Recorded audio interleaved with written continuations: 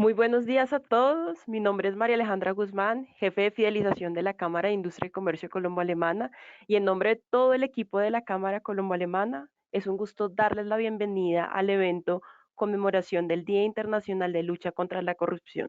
Muchas gracias por acompañarnos el día de hoy. Antes de empezar, quiero darles las gracias a todos los speakers que nos acompañan el día de hoy, así como a todos los miembros de la mesa de trabajo de compliance de la Cámara, por apoyar en cada punto de este evento. Para dar comienzo al primer punto de la agenda, le doy la palabra al señor Thorsten Kotschuk, presidente ejecutivo de la Cámara Colombo-Alemana. Muchas gracias, María Alejandra. Estimado doctor Fabián Espejo, coordinador anticorrupción de la Oficina de las Naciones Unidas contra la Droga y el Delito. Estimado doctor Reinaldo García, CEO y presidente de Siemens S.A. Estimado doctor Sergio Pinzón, Finance Director de Adidas Colombia. Estimado doctor Mauricio Echavarría, director de Unidad de Negocios de Provider de Fresenius Medical Care en Colombia. Estimados representantes de la Oficina de las Naciones Unidas contra la Droga y el Delito. Estimados representantes de las diferentes empresas que nos acompañan el día de hoy, estimados oficiales de cumplimiento, estimadas señoras, estimados señores. Los saludo cordialmente y en mi calidad de presidente ejecutivo de la Cámara de Industria y Comercio Colombo-Alemana y en el marco del Día Internacional contra la Corrupción celebrado el 9 de diciembre, me complace darles la bienvenida a todos ustedes al evento conmemoración del Día Internacional de la Lucha contra la Corrupción. Las organizaciones vienen consolidando desde hace tiempo el fortalecimiento de sus programas de prevención del delito, creando grandes esfuerzos en la lucha contra la corrupción y estableciendo sistemas de compliance en pro de la integridad. Para la Cámara Colombo-Alemana, como gremio que también trabaja en fortalecer una cultura de integridad y responsabilidad compartida, es muy importante presentar estos espacios para facilitar la transferencia de conocimiento, programas, sistemas, experiencias y buenas prácticas en un asunto que nos afecta a todos. Programas como Hacia la Integridad, una construcción entre los sectores público y privado contra la corrupción de la Oficina de las Naciones Unidas contra la Droga y el Delito, cuyo objetivo se centra en exponer un panorama de oportunidades para reducir la corrupción y en la creación de la cultura de la integridad en el sector privado, o el fortalecimiento de un sistema de compliance, el intercambio, experiencias y el rol que juega un oficial de cumplimiento en una empresa. Temas que se tratarán en la segunda sesión del evento son una clara evidencia de los grandes proyectos que se están llevando a cabo para generar una cultura de integridad y la necesidad creciente que conciben las empresas para capacitarse en la lucha contra la corrupción.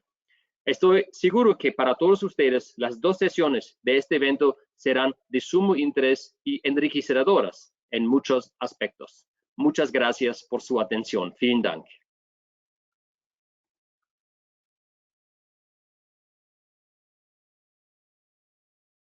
Muchas gracias, Thorsten, por tus palabras.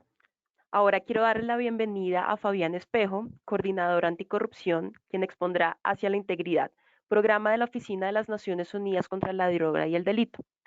Fabián es doctor en políticas de Queen's University Belfast, con LLM Magister en estudios empresariales. Tiene experiencia profesional en proyectos anticorrupción y formulación de proyectos públicos en materia de prevención de la corrupción y la criminalidad. Él tiene interés investigativo en temas relativos a gobierno global, lucha contra la corrupción y construcción de paz. Actualmente se desempeña como coordinador temático senior anticorrupción de la Oficina de las Naciones Unidas contra la Droga y el Delito. Bienvenido, Fabián, y muchas gracias por estar aquí. Muchas gracias, María Alejandra. Muchas gracias a todos por esta invitación tan importante que nos hacen desde la Cámara de Comercio Colombo-Alemana. Para nosotros es un honor poder compartir con ustedes este proyecto tan importante que tenemos en el área anticorrupción de la Oficina de Naciones Unidas contra la Droga y el Delito, que como muy bien mencionaba Thorsten, se denomina Hacia la Integridad, una construcción entre los sectores público y privado contra la corrupción. Este proyecto es un proyecto que viene desde el año 2015 y está siendo financiado por el Fondo Siemens AG. Es un proyecto que tiene unas características muy propias en la medida en que vincula al sector privado en la lucha contra la corrupción, y hay una apuesta grandísima para poder vincular a los empresarios en la lucha contra la corrupción. Es decir, separar un poco esa idea de que la lucha contra la corrupción es única y exclusivamente competencia y responsabilidad de las entidades públicas, sino que también busca incorporar actores privados, empresas, y para esta segunda fase, este proyecto tiene ya dos fases. Esta segunda fase que arrancó el año pasado prioriza específicamente en dos sectores muy importantes, que son el sector eléctrico y el sector salud. Precisamente el día de hoy les vamos a hablar un poco de en qué consiste el área temática anticorrupción, el proyecto hacia la integridad y específicamente los resultados obtenidos en esta segunda fase, que han sido muy importantes para nosotros y que no serían posibles sin esa participación tanto de las entidades públicas como del sector privado, que ha estado muy involucrado en la generación de estos productos. Valga la pena mencionar el diagnóstico del sector salud, con enfoque en medicamentos y dispositivos médicos, y el diagnóstico del sector energía, con un enfoque específico en las zonas no interconectadas. Les hablaremos un poco de estos temas y les hablaremos de la red de oficiales de cumplimiento y de nuestro portal corporativo. Esa es más o menos la estructura que tiene la presentación que voy a realizar el día de hoy. Entonces, en primer lugar, el área temática anticorrupción es un área de la Oficina de Naciones Unidas contra la Droga y el Delito.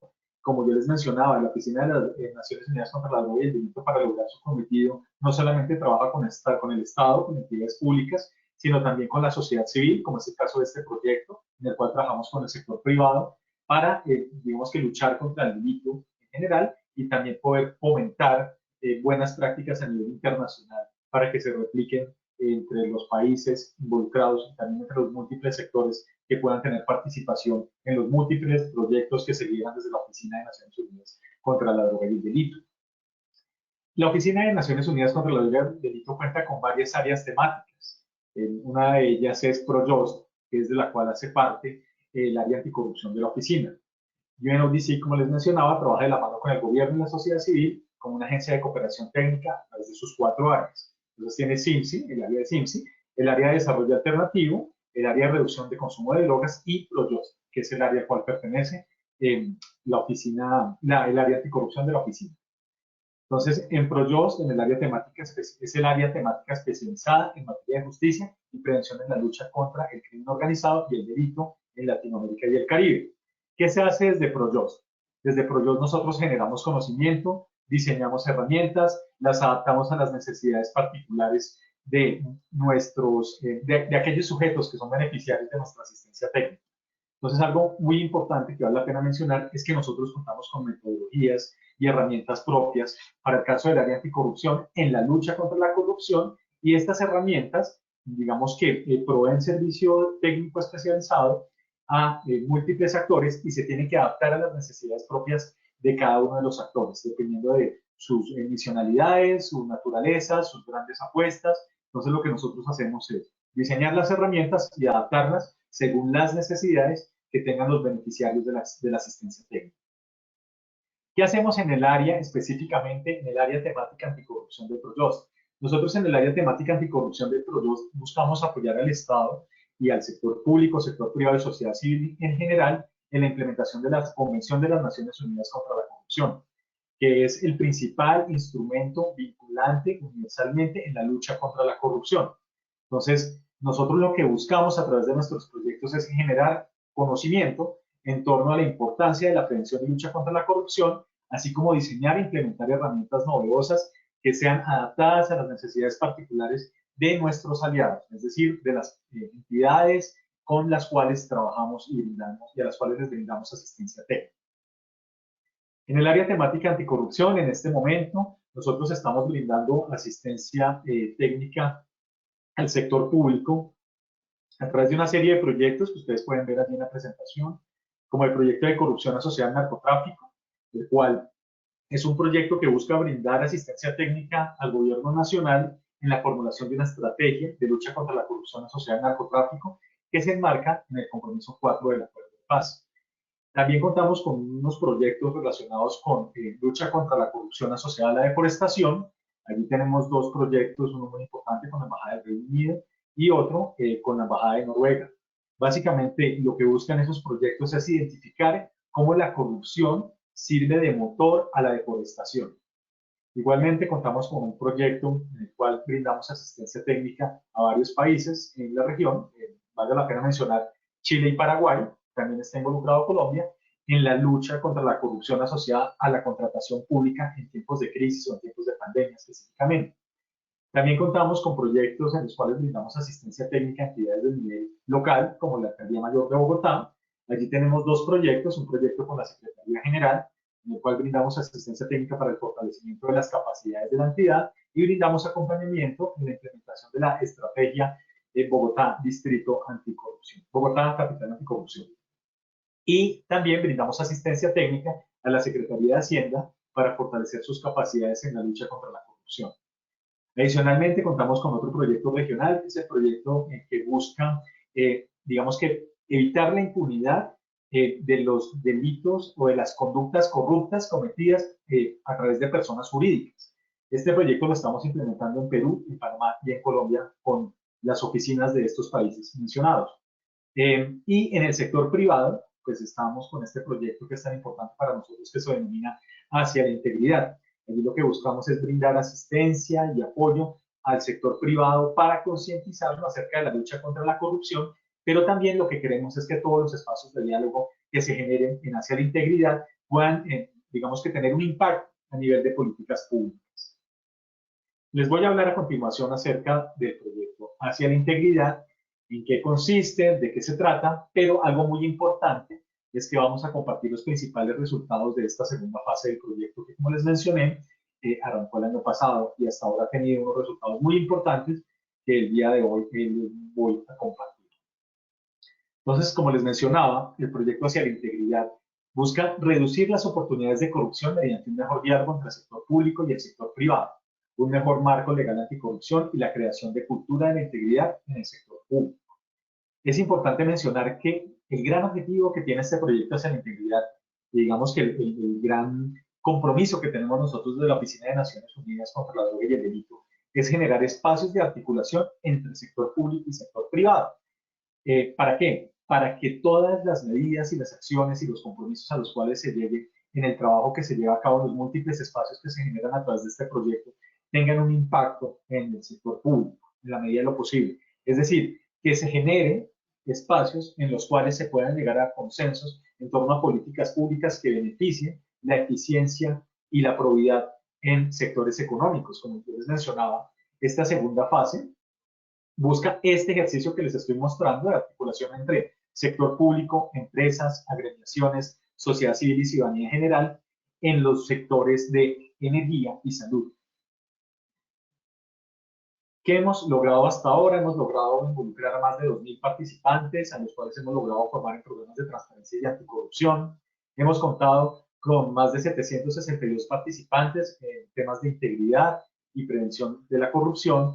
Hemos también lanzado el portal corporativo Hacia la Integridad, el cual en este momento se encuentra, digamos que en renovación para hacer un relanzamiento del mismo. Y hemos contado con más de 30 representantes de gremios formados en estrategia de formación a formadores. Digamos que esos son los principales logros que hemos alcanzado en el tiempo que lleva este proyecto tan importante para nosotros. ¿Qué busca el proyecto? Digamos que es en esta segunda fase. Busca promover la cultura de la legalidad en la contratación pública en los sectores energía y salud en Colombia, como un mecanismo para prevenir y combatir la corrupción. ¿Esto cómo lo buscamos lograr? A través de 3 acciones específicas. Primero, a partir de una mejor comprensión del fenómeno de corrupción en la contratación pública en los sectores energía y salud. En segundo lugar, buscamos crear y fortalecer la acción colectiva. Este es un tema muy importante, porque como yo les mencionaba al principio de mi intervención, lo que nosotros buscamos desde la oficina, promoviendo la Convención de las Naciones Unidas contra la Corrupción, es que exista conciencia acerca de que no solamente es responsabilidad del sector público la lucha contra la corrupción, sino que es necesario la vinculación de múltiples actores para lograr tener un impacto y el impacto deseado en la lucha y prevención de la corrupción. Entonces, este tema de la acción colectiva, a través de la sinergia entre actores públicos y privados, específicamente en sectores energía y salud, lo que busca es promover la transparencia, la integridad y la adopción de instrumentos, herramientas y mecanismos que sean sostenibles en el tiempo y que puedan ser impulsados tanto por el sector público como por el sector privado. Por último, la tercera estrategia a través de la cual se busca promover la cultura de la legalidad en esta segunda fase del proyecto Hacia la Integridad es con la promoción del sitio web Hacia la Integridad como un instrumento clave para poder aumentar la transparencia y la integridad en los múltiples sectores involucrados. Esta página web, como les digo, en este momento se encuentra en una renovación para que sea mucho más amigable y que esté al servicio de todo el sector empresarial. Entrando en materia, digamos que frente a los principales resultados que ha tenido el trabajo que se ha desarrollado en el marco del proyecto hacia la integridad, pues me complace hablarles de uno de los más importantes logros que hemos tenido, que es la generación de un diagnóstico del sector salud en materia de lucha contra la corrupción. Resulta que internamente nosotros contamos con un equipo, no soy solamente yo que porque ya decía la cara visible, digamos que hay un equipo detrás de este trabajo que se llevó a cabo. Ese equipo tuvo un ejercicio deliberativo para poder abordar el fenómeno de la corrupción en el sector salud. Y encontramos pues que hay múltiples riesgos de corrupción en el sector y que es un sector supremamente amplio. Eso, digamos que ese análisis y esa discusión que se llevó a cabo fue posible gracias a una revisión de las fuentes secundarias disponibles en materia de corrupción en el sector salud. Identificamos también ciertas generalidades del sistema de salud en Colombia.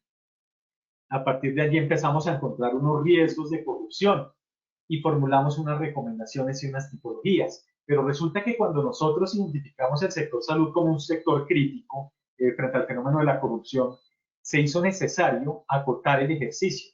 Digamos que el sector salud comprende múltiples facetas, múltiples componentes, múltiples actores, y lo que nosotros técnicamente lideramos es, bueno, si vamos a hacer un diagnóstico del sector salud, hagamos un diagnóstico general, eso hicimos, pero tenemos que focalizar el ejercicio que vamos a hacer de identificación de riesgos de corrupción, porque digamos que el sector es inmenso y en ese ejercicio de priorización nos enfocamos en la adquisición de medicamentos y dispositivos médicos.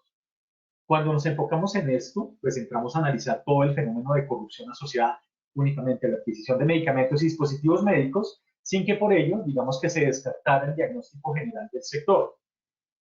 Ese ejercicio focalizado nos permitió llegar, digamos que a ciertas conclusiones importantes a nivel de diagnóstico. Por ejemplo, frente al mercado de medicamentos y dispositivos médicos en materia de libre competencia, encontramos que en Colombia los actores en el sistema que intervienen en la cadena de valor de comercialización de los medicamentos y tecnologías de la salud operan bajo una lógica de mercado libre en el que las compras de los medicamentos y tecnologías de la salud las realizan directamente múltiples actores a través de sus redes u operadores logísticos, es decir, utilizan la intermediación. En materia, en segundo lugar, perdón, encontramos que es un mercado descentralizado y atomizado. ¿Qué quiere decir que es un mercado descentralizado y atomizado? Quiere decir que opera con contratos complejos que generalmente van acompañados de otros servicios, además de las compras de medicamentos y tecnologías de la salud, como por ejemplo los servicios de dispensación y entrega. Las ventas en el mercado farmacéutico pueden ser institucionales. En este grupo encontramos, por ejemplo, los medicamentos adquiridos con cargo a los recursos del sistema de salud colombiano y comerciales, referidos a los pagos directos que tienen que hacer los hogares en farmacias, droguerías, supermercados. También encontramos e identificamos que el mercado de medicamentos y dispositivos médicos cuenta con múltiples canales, canales institucionales como les mencionaba y canales comerciales, pero además de eso encontramos que las compras públicas funcionan allí como una excepción. Digamos que por el tipo de adquisición que se da, los dispositivos médicos en general no requieren del sistema tradicional de compras públicas, es decir, mediante procesos licitatorios, sino que se van comprando y adquiriendo conforme la oferta y demanda de los actores que lo solicitan o lo requieren. Entonces hay multiplicidad además de fuentes de uso. Entonces, aquí les estoy proyectando en este momento los principales riesgos a partir de ese diagnóstico que se identificó. Entonces, como les digo, hay múltiples actores en el sistema que intervienen, hay fragmentación del sistema. Esa multiplicidad de actores hace que exista una divergencia de intereses, Es decir, hay múltiples intereses, cada uno de los actores tiene múltiples intereses, tanto los que adquieren como los que comercializan los medicamentos, es decir, hay múltiples intereses tanto desde el lado de la oferta como desde el lado de la demanda. Se presentan debilidades institucionales, los recursos que se manejan son escasos, hay ciertas irregularidades en el recurso humano, hay falencias en los sistemas de información, hay deficiencias en los controles y esta situación nos lleva, digamos, que a encontrar que hay una cultura de valores, unas dificultades frente a las compras que se llevan a cabo en el SECOP y unos procesos transversales en adquisiciones de bienes y servicios. Cuando uno mira, digamos que la fotografía completa, y uno encuentra pues, esas dificultades que se presentan en ese mercado, a partir del diagnóstico, pues encontramos que en el mercado de dispositivos médicos prima la autonomía de los actores compradores del sistema que operan en el marco de un mercado de libre competencia. Las IPS son privadas y en cuanto a EPS, estas no están obligadas a el uso del SECOP, que como ustedes saben es la plataforma para las compras públicas. Estas entidades tienen participación privada y no son de régimen especial. El uso de la plataforma SECOP 2, que es la que busca, pues, digamos, entrar a subsanar esa deficiencia que se está presentando con el SECOP 1, aún está en transición para obligar a todas las entidades públicas del orden territorial y obligar a los hospitales públicos. Entonces ahí encontramos esa falencia técnica relacionada con los fondos a través del SECOP. Los procesos, como yo les decía, transversales de adquisiciones y servicios, como yo les decía, no es un proceso plano, el de la compra y venta de medicamentos. Son procesos transversales de adquisición de bienes y servicios, son compras complejas. También encontramos, por ejemplo, relacionado con el tema de cultura de valores, que se requiere atención para crear compromisos frente a las, digamos, quienes lideran la oferta de dispositivos médicos, pero también quienes lo adquieren, y de los intermediarios que participan en esas transacciones. Entonces, digamos que esas fueron las principales falencias y deficiencias que encontramos, y a partir de esas deficiencias, pues digamos que nosotros encontramos que hay unos riesgos específicos en relación con, unos riesgos de corrupción específicos en relación con ese diagnóstico que se elaboró, y encontramos una demanda inducida sobre medicamentos. Encontramos también el riesgo en los procesos de regulación. Encontramos que habían abusos por parte digamos, de quienes comercializan esos dispositivos médicos, más allá del lobby que se lleva a cabo por parte de las industrias farmacéuticas. Encontramos riesgos de corrupción asociados a las investigaciones y patentes de medicamentos, y encontramos también riesgos de corrupción de sobreprecios de medicamentos, insumos y procedimientos.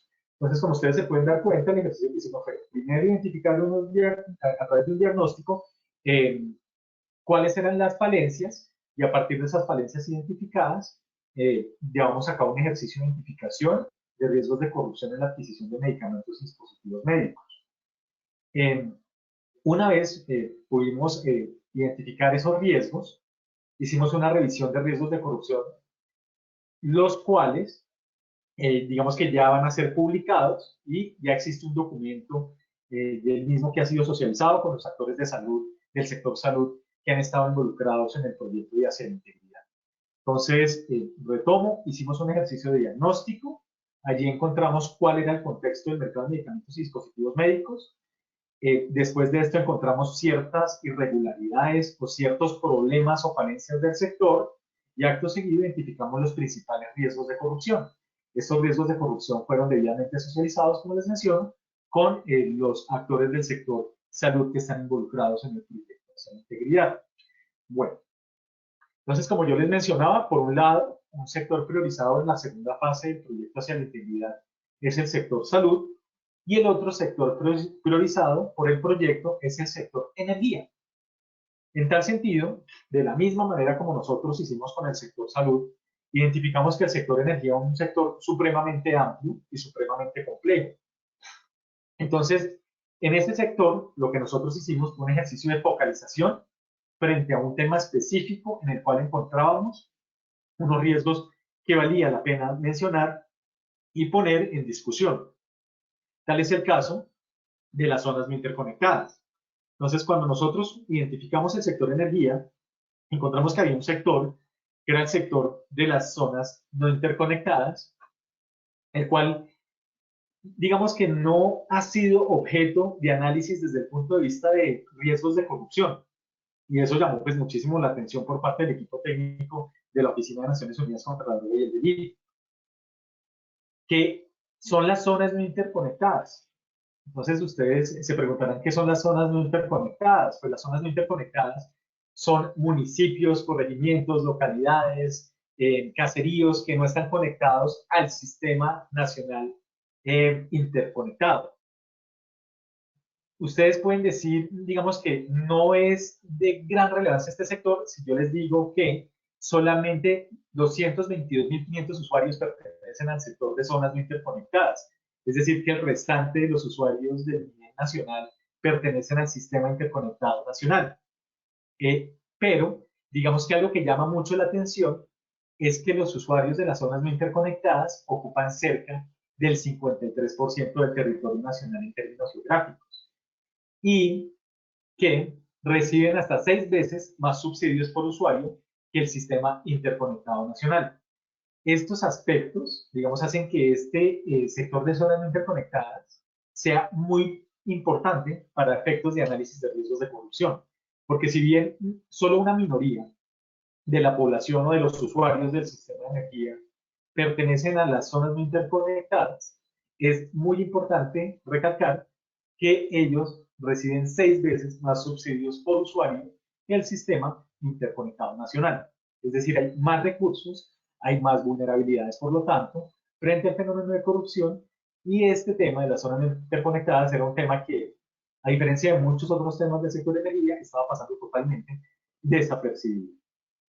Entonces, aquí encontramos la estructura de las zonas no interconectadas. En la presentación ustedes pueden ver, digamos, cómo se estructura, qué son, pues ahí en la presentación no dice exactamente qué son, pero como les digo, hace referencia a los municipios, localidades, caseríos que no están conectados al sistema interconectado nacional y cuentan con ciertas etapas, digamos, de desarrollo en el cual se surte esa modalidad de prestación de servicio de energía. Lo que nosotros hicimos técnicamente fue identificar las múltiples etapas con que cuenta tanto desde la identificación de la necesidad, la contratación, como la estructuración de los planes, la evaluación de los mismos y la prestación efectiva de energía a través de esta modalidad de zonas interconectadas.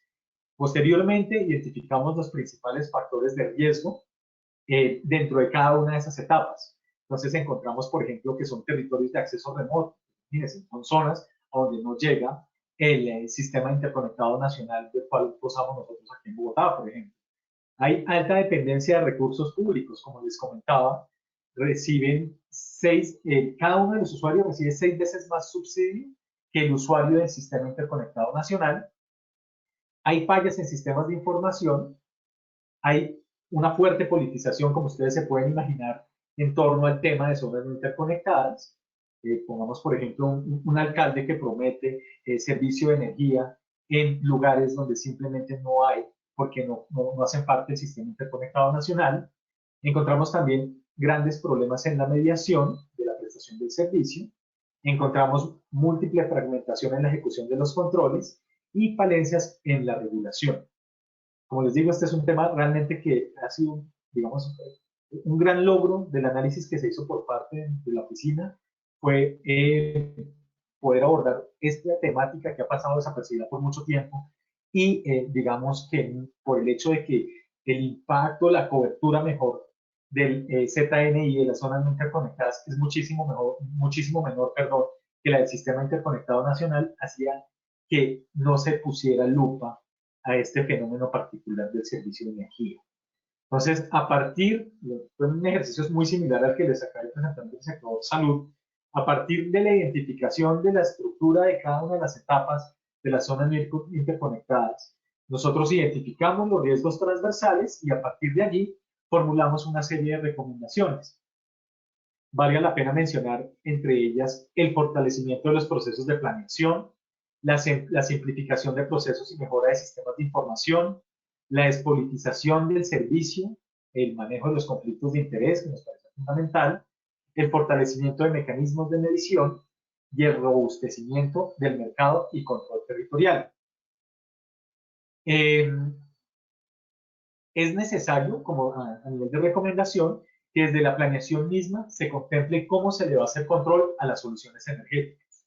También, a modo de recomendación de este documento, encontramos que era muy importante que se siguiera avanzando en la unificación de fondos de financiación para reducir los trámites y cerrar espacios a la corrupción.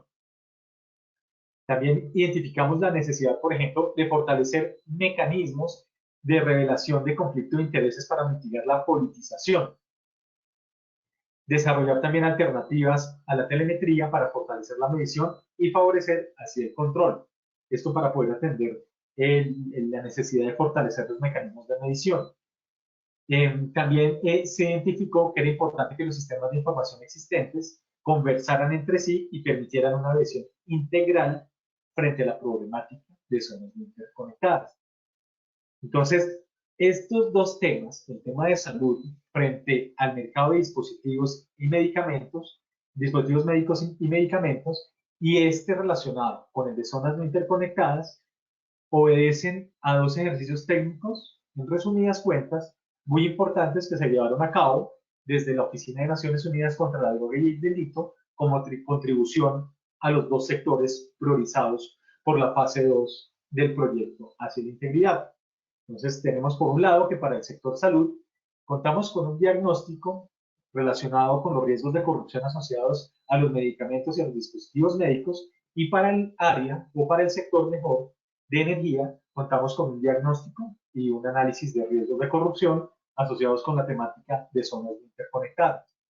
Tanto en una como en otra se utilizó una metodología similar en la cual se hizo una priorización temática teniendo en cuenta lo amplio de los sectores y haciendo esa priorización temática, tanto en el sector salud para medicamentos y dispositivos médicos, como en el sector de energía para el tema de zonas no interconectadas, se hizo un diagnóstico, se estructuró a partir de ese diagnóstico este mercado para el caso de medicamentos y para el caso de zonas no interconectadas, y se pudieron identificar la estructura, los riesgos existentes y como resultado del ejercicio se obtuvieron una serie de recomendaciones.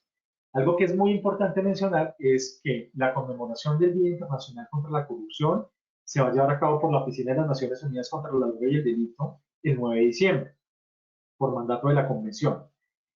Allí vamos a desarrollar un panel que va a estar dedicado a uno de estos dos resultados, que es precisamente este último del cual les hablé, que es el de las zonas no interconectadas.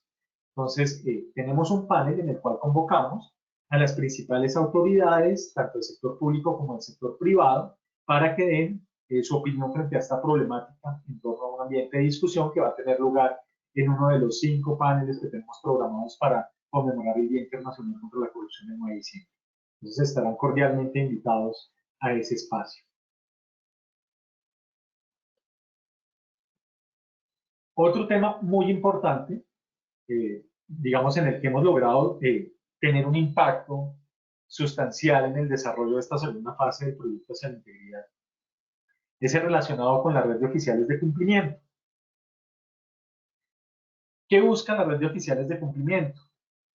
Como ustedes pueden ver en esta presentación, busca generar conocimiento en temas anticorrupción, promover buenas prácticas empresariales, ser un espacio de networking para el aprendizaje, y este último, que yo creo que es algo en lo cual todavía está en deuda el proyecto, que es la generación de lineamientos para política pública del gobierno nacional.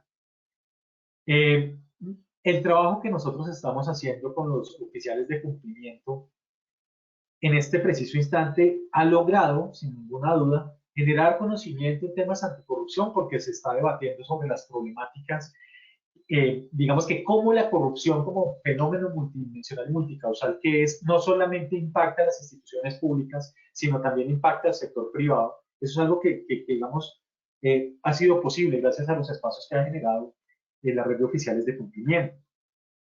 Asimismo, se han logrado promover buenas prácticas empresariales, tanto que de ello contamos con una publicación que se realizó conjuntamente y en alianza con Pacto Global y la GIZ Alliance for Integrity. También ha demostrado la red de oficiales de cumplimiento ser un espacio de networking muy importante para el aprendizaje entre los múltiples actores que participan allí. Y digamos que los dos diagnósticos que me siento muy complacido en compartirles el día de hoy, que son el relacionado con zonas no interconectadas y el relacionado con dispositivos y medicamentos, son como digamos, el primer intento que hacemos nosotros para generar lineamientos para fortalecer, en términos de lucha contra la corrupción y prevención de la corrupción, los sectores energía a través de las recomendaciones de zonas interconectadas y el sector salud a través de las recomendaciones dirigidas a la compra y adquisición de medicamentos y dispositivos médicos. Resulta que hay un camino que todavía es largo y tenemos que recorrer, y es buscar una mayor y más eficiente articulación entre los sectores público y privado. El proyecto Hacia la Integridad genera múltiples espacios, muchísimos espacios de discusión para el sector privado, pero necesitamos y todavía tenemos que trabajar en ello, en vincular a las autoridades públicas para que atiendan, escuchen un poco en esos espacios las necesidades específicas que tienen los sectores de energía y salud en términos de política pública, porque de lo contrario, digamos que no se puede hablar de espacios fructíferos en la red de oficiales de cumplimiento. Es un gran reto y un compromiso que todavía está pendiente en el marco del proyecto Hacia la Integridad. ¿Qué es importante, digamos, perdón, no les comenté aquí, mencionar en relación con la red de oficiales de cumplimiento? Es importante señalar que a través del intercambio de buenas prácticas, en las sesiones de la red de oficiales de cumplimiento hemos logrado contar con insumos claves para la formulación de buenas prácticas. Como yo les mencioné, hemos trabajado conjuntamente con la red en Colombia de Pacto Global, con Alliance for Integrity, y en el año 2020, es decir, el año pasado más o menos para esta época, logramos una publicación de buenas prácticas anticorrupción en Colombia que digamos que está disponible al público en general. Y en cuanto a networking, digamos, hemos buscado la recolección de insumos para la construcción de un mapa interactivo de buenas prácticas anticorrupción, el cual estará disponible para nuestros grupos de interés en el portal corporativo Hacia la Integridad, que como les dije al principio de la intervención, la idea es que esté listo ese portal y a disposición de todos ustedes a partir del próximo año, inicios del próximo año. Digamos, vamos a tener un portal que va a tener además información relevante para los oficiales de cumplimiento, información relevante en torno al tema de buenas prácticas, de lucha contra la corrupción, documentos institucionales que formulamos desde la Agencia de Naciones Unidas contra la Droga y el Delito.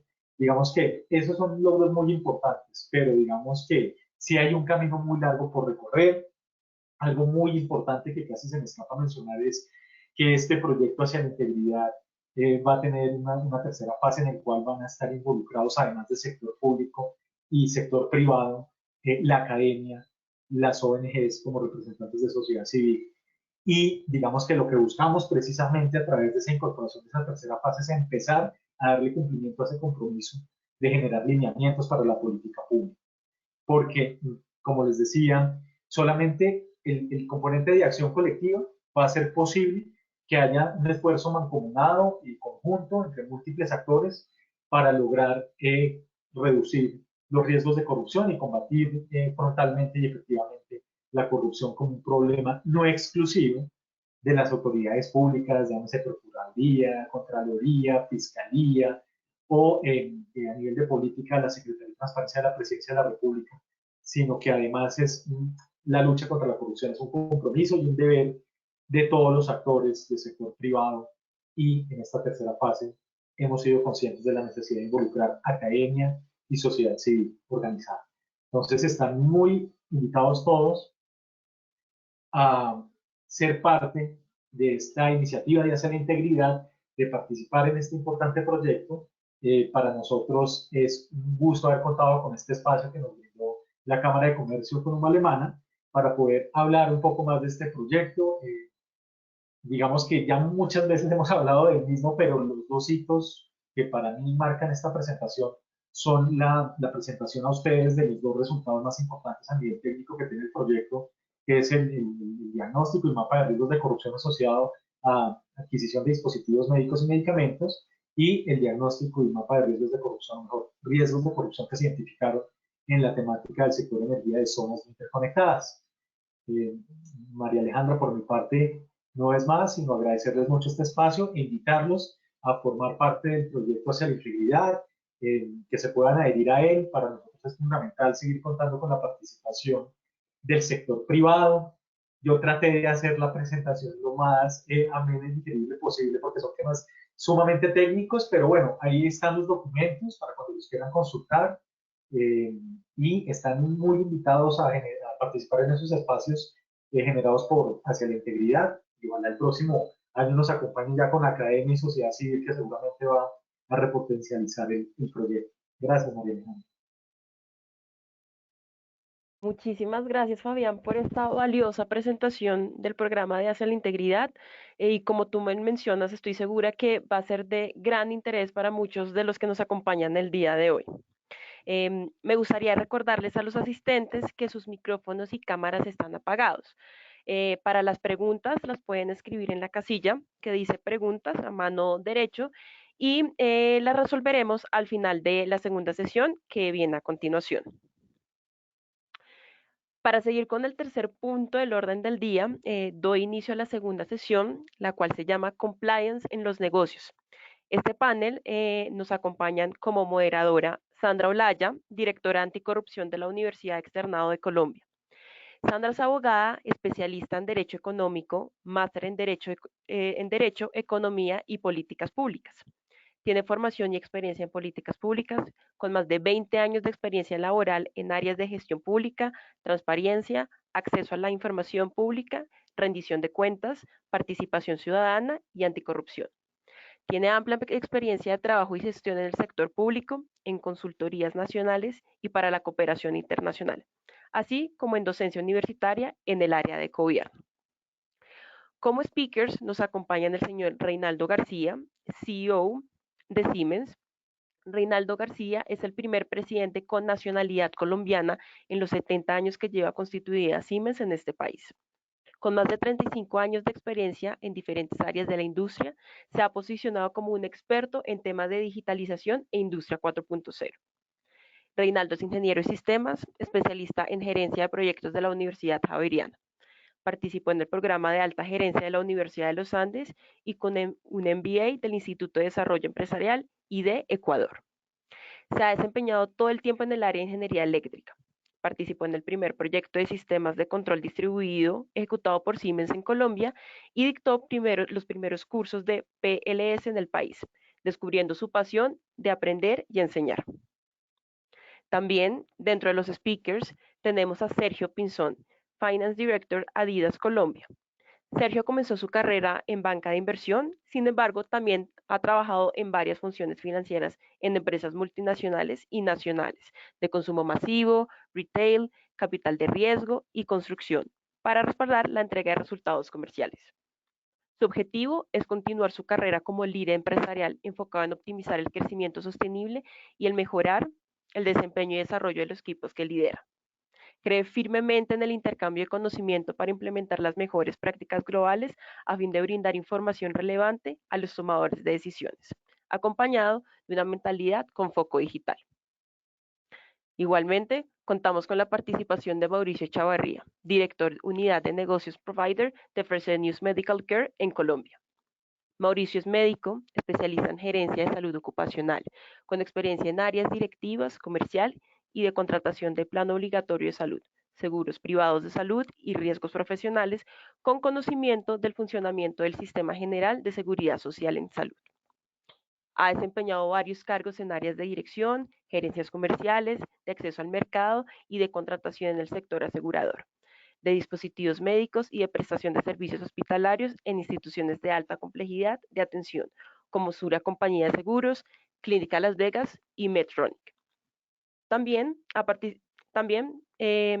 participado en juntas directivas de instituciones hospitalarias y del sector y a la Cámara de Industria de Dispositivos Médicos de la ANDI, como la de salud de la misma agremiación a la que pertenece en la actualidad. Un placer tenerlos aquí en este espacio. Bienvenidos y Sandra, te cedo la palabra.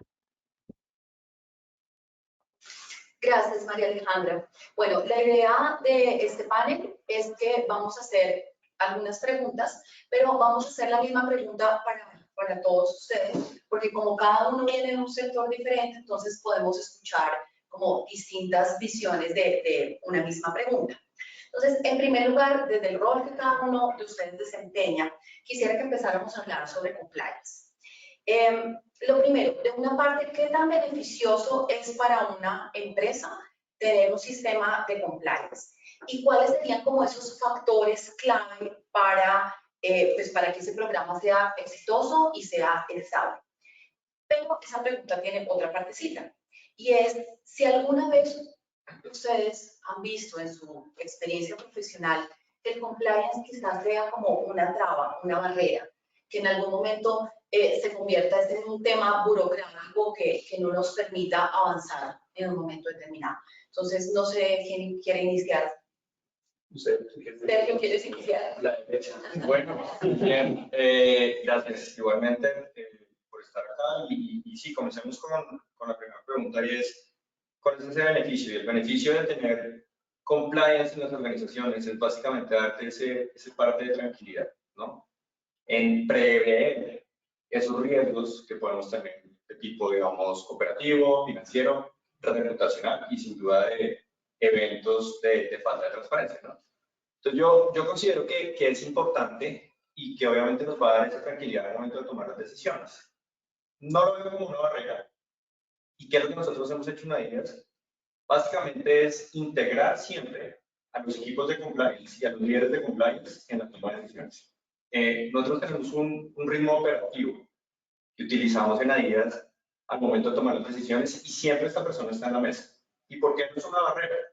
Porque al final del día, si nosotros no tenemos esas conversaciones desde ya, obviamente sí va a ser una barrera en el futuro, porque tú puedes parar tu operación por un evento, digamos, negativo de compliance. Entonces, en este orden de ideas, no lo veo como una barrera, lo veo como un habilitador en medio de esta turbulencia que vivimos hoy, para evitar riesgos y sin duda para tomar mejores decisiones. Entonces, eso es lo que trae. ¿Y qué beneficios nos ha traído?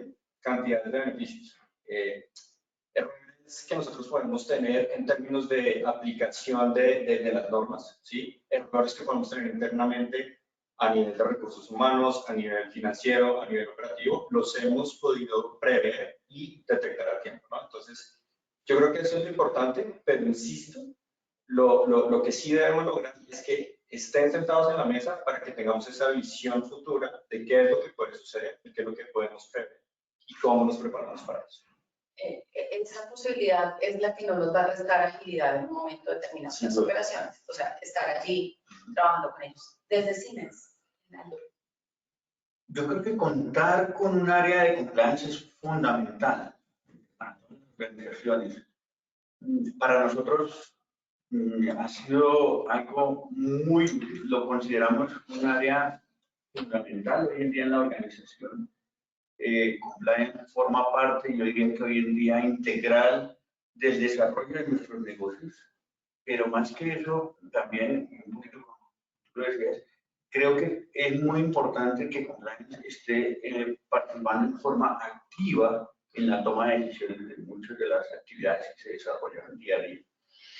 Para nosotros, el desarrollar, digamos, los negocios cumpliendo todas las normas, procedimientos, no solamente, digamos, de las leyes mismas que hay, sino también siendo una serie de conductas, digamos, de normas, llamamos el Siemens Conduct Guidelines, que obligan a que también tenemos que observar adicional a las normas de leyes que tenemos que hacer, pues cumplir con estas directrices. Y creo yo que lo importante es que como bien coincido, como tú lo decías, que lo integremos en las operaciones. ¿Por qué?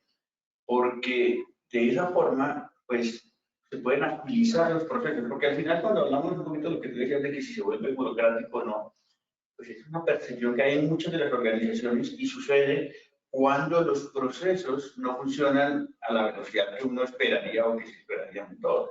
Y en muchos de los casos, por experiencia lo digo, que más que los procesos, porque existan o no, es cómo se adelantan, cómo se hacen, cómo se familiarizan las personas que deben desarrollar esos procesos. Hay gente que yo no lo considero que sea un área burocrática. Lo que sí es importante es que también compliance se tiene que ir adaptando a los cambios que van surgiendo, tanto en las organizaciones como en los mercados. Y en eso sí tenemos que, de alguna manera, tienen que estar, llamémoslas, actualizándose y siendo proactivas para que, porque hay cosas que van siendo dinámicas y en este mundo cada vez es más la velocidad del cambio, eso es lo único constante y eso lo tenemos que en todas las organizaciones observar y también compliance también. Me quiero devolver un segundo a Sergio. ¿Cuál es ese factor de éxito del compliance? Aquí es como la capacidad de adaptación. Para ti, ¿cuál es ese factor exitoso del compliance? Para mí es factor de lograr, estabilidad y de éxito. para mí el factor de éxito es lograr estar en discusiones importantes. Es que tengan, yo llamo la cereza encima del pastel, porque al final nosotros generalmente en las discusiones o en la toma de decisiones nos enfocamos en el aspecto comercial, en el aspecto rentable, tal vez en el aspecto operativo y demás, ¿no? Pero siempre al final llega esta nueva perspectiva de compliance que te dice, tienes que tener cuidado con esto en el aspecto comercial, o tienes que tener cuidado con esto en el aspecto operativo porque existe una nueva norma, o aquí puede haber un conflicto de intereses, en fin, ¿no? Eso para mí es lo que yo llamo la cereza, lo repito, encima del pastel, que te da ese éxito y esa perspectiva diferente. Okay, gracias. ¿Para ti? No, pues sumado a lo que dicen mis compañeros el día de hoy, Fresenius Medical Care pues está en el ámbito de la salud. El ámbito de la salud es un ámbito muy regulado. La mayoría de los recursos de los sistemas de salud y el sistema de salud colombiano son públicos, entonces están, digamos, vigilados por todos los entes de control. Entonces, una compañía como Fresenius que tiene, digamos, altos estándares hoy en día de compliance, eso, digamos, nos prepara mucho a lo que nos vamos a enfrentar en el día de hoy. Entonces, digamos que, adicionando un poquitico, pues si se convierte en una carga burocrática, pues eso hace parte de la cultura que deben de tener no solamente empresas como las que representamos, sino la sociedad en general, ¿no es cierto? Sergio hablaba de algo que era muy importante, es como esa lista de chequeo de nuestras acciones, ¿no? Entonces, lógicamente somos empresas con ánimo de lucro, entonces cuando hacemos negocios tenemos que pensar cuál es el retorno. Tenemos que brindarnos legalmente, ¿sí? Y ahora es donde viene el tema de compliance. Entonces, ¿qué es importante? Ahí es donde, digamos, en la compañía Fresenius hablamos de compliance somos todos. Entonces, en este actuar diario, cuando hago la lista de chequeo, entonces voy a hacer un negocio, voy a participar en una licitación, entonces, chequeo financiero, operativo, soy capaz de atender un hospital para atender sus pacientes o un asegurador para atenderle a sus pacientes en la terapia que nosotros ofrecemos. Viene el tema logístico. En el tema, oiga, vamos a tener un contrato que está dentro de las normas y de las políticas de la compañía, pero también vamos a mirar cómo cumplimos desde el compliance, desde nuestro representante comercial, desde la persona que hace la contratación para el transportador que va a llevar la terapia ya, la persona que va a contratar la enfermera. Entonces, eso hace parte de una cultura, ¿no? De una generación de cultura, claro. Qué bueno poder hacer un negocio, le vendo esto y consigne, me voy.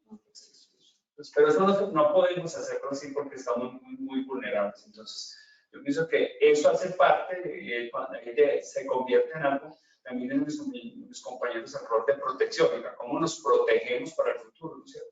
Cómo después nos vamos a ver acá, cómo vamos a poder publicar en nuestra página web. Y estos son mis negocios, con toda la transparencia del mundo, este es mi relacionamiento. Si hay un conflicto de intereses, pues algún funcionario mío, mira, aquí lo tengo y se lo comento a todo el mundo. Entonces, eso hace parte de la cultura y yo creo que va generando valor en la medida que, y eso es parte del rol de organizaciones como la de nosotros, que traen esas buenas prácticas a un país como Colombia con todo lo que sabemos que vivimos en nuestra sociedad. Y entonces, ¿cuál es ese factor de éxito para ti, del compliance? Ese punto clave que tiene que tener el compliance. La parte de generar, o sea, luchar por la generación de la cultura en la organización. O sea, que la persona no vea como, oiga, me siento obligado a esto, sino eso cómo me protege, o sea, cómo me genera valor dentro del negocio. O sea, cómo el día de mañana no voy a tener que esperar 2 años, o hoy no estoy resolviendo los problemas que generé hace 2 años por falta de COVID. Entonces, dentro de 2 años voy a estar tranquilo, concentrado en el crecimiento de la empresa y no en un problema que estoy tratando de solucionar por no generarlo. Entonces, ese para mí es el tema de la protección que nos da. Igual que la parte financiera, igual que la parte legal. Si yo hago un buen negocio, pues lo hago desde el principio bien hecho, desde el punto de vista financiero y legal, pues también desde el punto de vista de compliance, donde todos somos compliance. Que es una muy buena frase, todos somos compliance. Sí. Entonces, es compliance como un tema de prevención, compliance como un tema de protección, compliance como un tema de incluir a todos como cultura, que es un poco lo que están diciendo los dos, Sergio y David, de ser cultura, de que todo el mundo entienda cuál es la importancia y en esa manera, pues, puede que demoremos un poquito más, lo que tú estás haciendo, no la inmediatez del negocio, consigne y le pongo las cosas, pero pues con un tema de protección a futuro, de transparencia, de este es el negocio que yo tengo, de poder dar la cara a todos mis grupos de interés y demás. Y en esa medida quiero pasar a una pregunta que puede ser un poco más compleja, y es si ustedes a lo largo de su vida profesional han visto alguna vez un caso de corrupción en sus entidades o en los sitios donde han trabajado, o bueno, o incluso por fuera, y que ha aprendido la organización de ese caso de corrupción en un momento determinado. No sé si empezamos por otro lado, por la izquierda, por el centro. Si quieres empezamos y empiezo yo un poco. A ver, en Siemens, pues naturalmente, pues muchos seguramente han escuchado la historia que pasó con Siemens, que es muy reconocida, muy conocida a nivel mundial. En el 2006 Siemens tuvo pues una situación muy complicada que llevó casi al borde del abismo de la compañía. Siemens tuvo que pagar más de 2.600 millones de dólares en todo lo que fue pues, las investigaciones, las asesorías, los honorarios, las multas.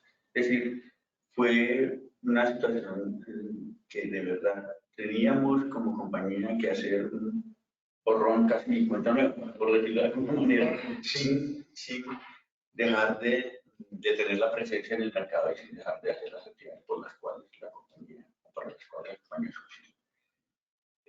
Yo creo que es la lección aprendida más fuerte que ha tenido la compañía en toda su historia y en donde Siemens pues, empezó por establecer una nueva cultura en toda la compañía, la cual significó naturalmente que todos, por lo que tú dices, de empezar una nueva cultura, de tener unos nuevos valores, de revisar efectivamente eso en la compañía, por empezar por limpiar la casa. Antes 52 altos ejecutivos de la compañía a nivel mundial fueron retirados de la organización. Nace el programa de compliance formalmente en Siemens con toda la fuerza del mundo, en la cual pues, tuvimos siempre auditor por parte del gobierno alemán, por parte del gobierno de Estados Unidos, revisando y haciendo auditorías en absolutamente todos los países, incluso en Colombia también lo tuvimos. Auditoría de todas las operaciones, revisando, monitoreando y dando recomendaciones y dando, digamos, el aval de si el programa compliance en ese país o en ese lugar se había montado con toda la fuerza y con toda la rigurosidad que esto llevaba. El programa de compliance pues naturalmente ha evolucionado, y ahora se ha venido adaptando, pero también ha seguido, digamos, pues, buscando cada vez más el perfeccionamiento, pues, porque esto también tiene que ir teniendo la mejora continua. Después de la implementación del programa de compliance, pues no solamente nos quedamos ahí, sino también buscamos pues, motivar y participar también en las acciones colectivas, como de hoy en día. Por eso, Siemens es uno de los promotores de que se desarrollen las acciones colectivas, porque quisimos salir un poco a mostrar y a decir, bueno, esto nos pasó, pero en esto estamos hablando, es como el crear la nueva base para Siemens, la nueva cultura. Y por eso nace la iniciativa de Siemens, ¿no? Siemens Integrity Initiative, ¿no? Que es parte de lo que también ha ayudado a soportar más de 83 o 85 iniciativas a nivel mundial, la cual pues, también está la iniciativa en la cual ya seguramente se comentó aquí hacia la integridad. Entonces, yo diría que es una experiencia, digámosle, de la cual pues, naturalmente no es, digámosle, la más agradable, pero es lo que hay que decir, hay que tomarlo con toda la responsabilidad, seriedad y, llamémoslo así, hoy en día es algo de lo cual se tomó la lección aprendida dentro de la organización. Y un poco Iglesias también está también en el ADN de la compañía hoy en día, de todos, no todos nosotros, y la cultura de la compañía es igual, todos somos compliant. Tomo la misma frase que tú dices porque exactamente también en Siemens, que para mirar todos los negocios, las relaciones comerciales que se tienen y todas las actividades en general que se desarrollan dentro de una organización tan grande como Siemens a nivel mundial, hoy en día, pues naturalmente es algo que definitivamente no tiene discusión, llamémosla así. Solamente negocios limpios y transparentes son los negocios limpios. Y en el caso de Siemens es muy interesante porque sin duda es un momento desagradable de la empresa, pero han venido evolucionando y esta palabra, la integridad, es muy importante. Ya hablar de integridad es hablar de muchísimas cosas adicionales.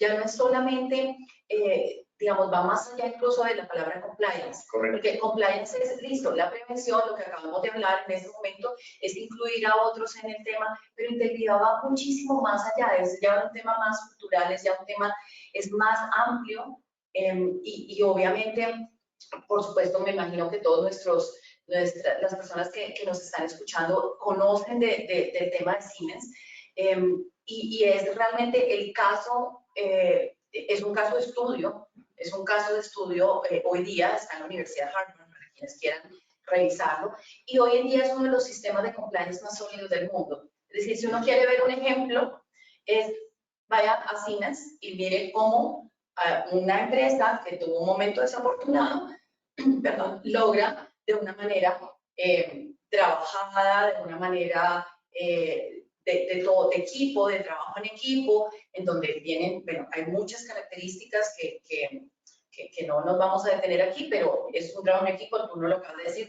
salen muchos directores, renuevan los equipos, empieza un trabajo de lo que vamos a hablar un poco más adelante, el top of the top, pero realmente si alguien quiere saber de un muy buen sistema de compliance originado por un caso desafortunado de corrupción, pues Siemens es el ejemplo claro. David, Sergio, Mauricio. Bueno, entonces, yo quiero contarles, Precisiones Medical que también vive una situación similar. Exactamente, cosas importantes. Nosotros levantamos la mano. La compañía levanta la mano y dice, señores, encuentro unas situaciones y unas malas decisiones que toman algunos países. Y dice, mire, esta situación está pasando. Entonces, bueno, vienen una cantidad de medidas importantes. Primero, reconozcamos cuáles fueron y hagamos un sondeo en todo el mundo. Salen unos países. Aquí hubo unas situaciones que estaban ajenas a lo que queríamos. Seguramente nos faltó control. Tenemos que implementar algo, nos sometemos al monitor de parte del gobierno americano. Internamente viene una cantidad de ajustes grandes. Con muchas cosas y mucho aprendizaje. Pues, yo en la organización voy a cumplir 3 años y cuando llego nace esto, entonces ha sido parte de mi gestión ha sido esto. Digamos que en términos muy colombianos yo digo que es el peor negocio que ha hecho esta compañía. O sea, si bien, no, si mal. Sí, más. Hubo algunos ingresos derivados de esas acciones. El costo ha sido 5 veces o muchas veces más, porque pues, no solamente el tema de multas, el tema de reputación, sino toda la sobrecarga de trabajo que nos ha llevado. También, pues, seguramente nos va a traer en el futuro, pues, uno no debería hablar de compañías como un diferenciador en el mercado, ¿no es cierto? En nuestro país, desafortunadamente, todavía puede que sea un diferenciador, o sea, eso es como uno vestirse todos los días o bañarse, eso no debería ser un diferenciador, pero tenemos que llegar. Pero a nivel cultural esto nos ha servido mucho para plantearnos muchas cosas en el relacionamiento con clientes, con proveedores, ¿no es cierto? Y es como, dentro de los procesos que tenemos una cantidad de cosas que hemos implementado, por ejemplo, algo que nos ha costado trabajo, o sea, cuando ingresamos un proveedor, alguien que tengamos relación, un onboard, un proceso de estos. Entonces, nosotros tenemos clínicas renales, clínicas de diálisis en todo Colombia, ¿no es cierto? Entonces, ¿cómo hacemos para que la persona de Santa Marta pueda ir? Por ejemplo, Santa Marta tiene muchos problemas de agua. Necesitamos contratar carro tanques para que lleven el agua, porque el agua es importantísima para hacer diálisis. Y yo no le dije, no, pues, hoy no hay agua, vayan del alcalde, eso es transparente, eso tiene que funcionar perfecto y nunca hemos tenido que dejar de atender pacientes con eso. Entonces, consiga el proveedor en Santa Marta, idóneo, para que nos lleve el agua, y es donde consigue el agua y cómo la consigue y estas cosas. Entonces, esto es el reto que tenemos hace poco con el tema de esta protesta social. Todo lo que se vivió, ¿no es cierto? Nuestros camiones llevando la diálisis a las casas de los pacientes y nos bloqueaban. Y nuestra posición es firme, o sea, nosotros respetamos la protesta social, pero no hicimos nada de esas cosas. Y eso nos llena de orgullo porque pues, fue el momento donde en la operación se pone al extremo, donde uno dice, usted tiene que conseguir el proveedor y tiene que saber quién es, porque yo le digo mucho a los administradores, oiga, usted con esa persona haría un negocio, usted le vendería su casa, usted le presentaría a su hija, no, entonces no puede tener un relacionamiento con Fresenius. Eso hace parte de la ley que requerimos en nuestras corporaciones en medio de un país de esos. Entonces, definitivamente, pues fue una experiencia que no fue, es una experiencia que hemos vivido, que nos ha costado bastantes trasnochos, fines de semana, todo por, digamos, haber querido correr 100 métricos más rápido cuando pues, la carrera es un maratón. Entonces, eso es un aprendizaje grande que ojalá todos lo aprendiéramos, no solamente a nivel corporativo, sino a nivel también como ciudadanos y a nivel social y cultural. El streaming de Mauricio al final es buenísimo. ¿Usted haría negocios con él? ¿Usted le presentaría, usted le presentaría a su hermano o a su hija? Yo creo que ese es un buen indicador del compliance. De verdad, a uno le dicen, pues hay muchos casos obviamente en el mundo de grandes compañías que tienen, que están marcados por la ausencia de transparencia y obviamente le dicen a uno, ¿usted haría negocios hoy con él? Y la pregunta es, no. No me interesa. Vamos a ver la revista y en la foto de él. Ya no, yo no quisiera que exacto, yo voy a tener que hacer negocio. Y ese es el caso, ese es el gran éxito de Siemens. Y es, ¿usted quiere hacer negocios con Siemens hoy? Sí.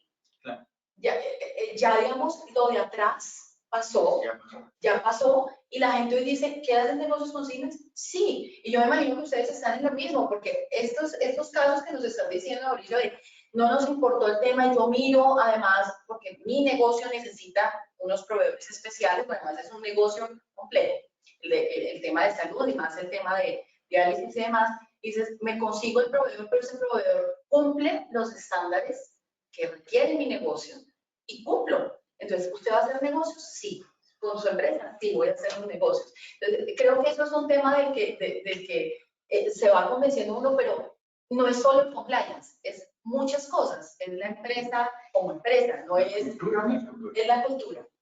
Ahora sí, tú. Bueno, nosotros tenemos un caso que no es un poquito más lejos, es un caso que definitivamente cambió la manera de compliance de mi compañía en India.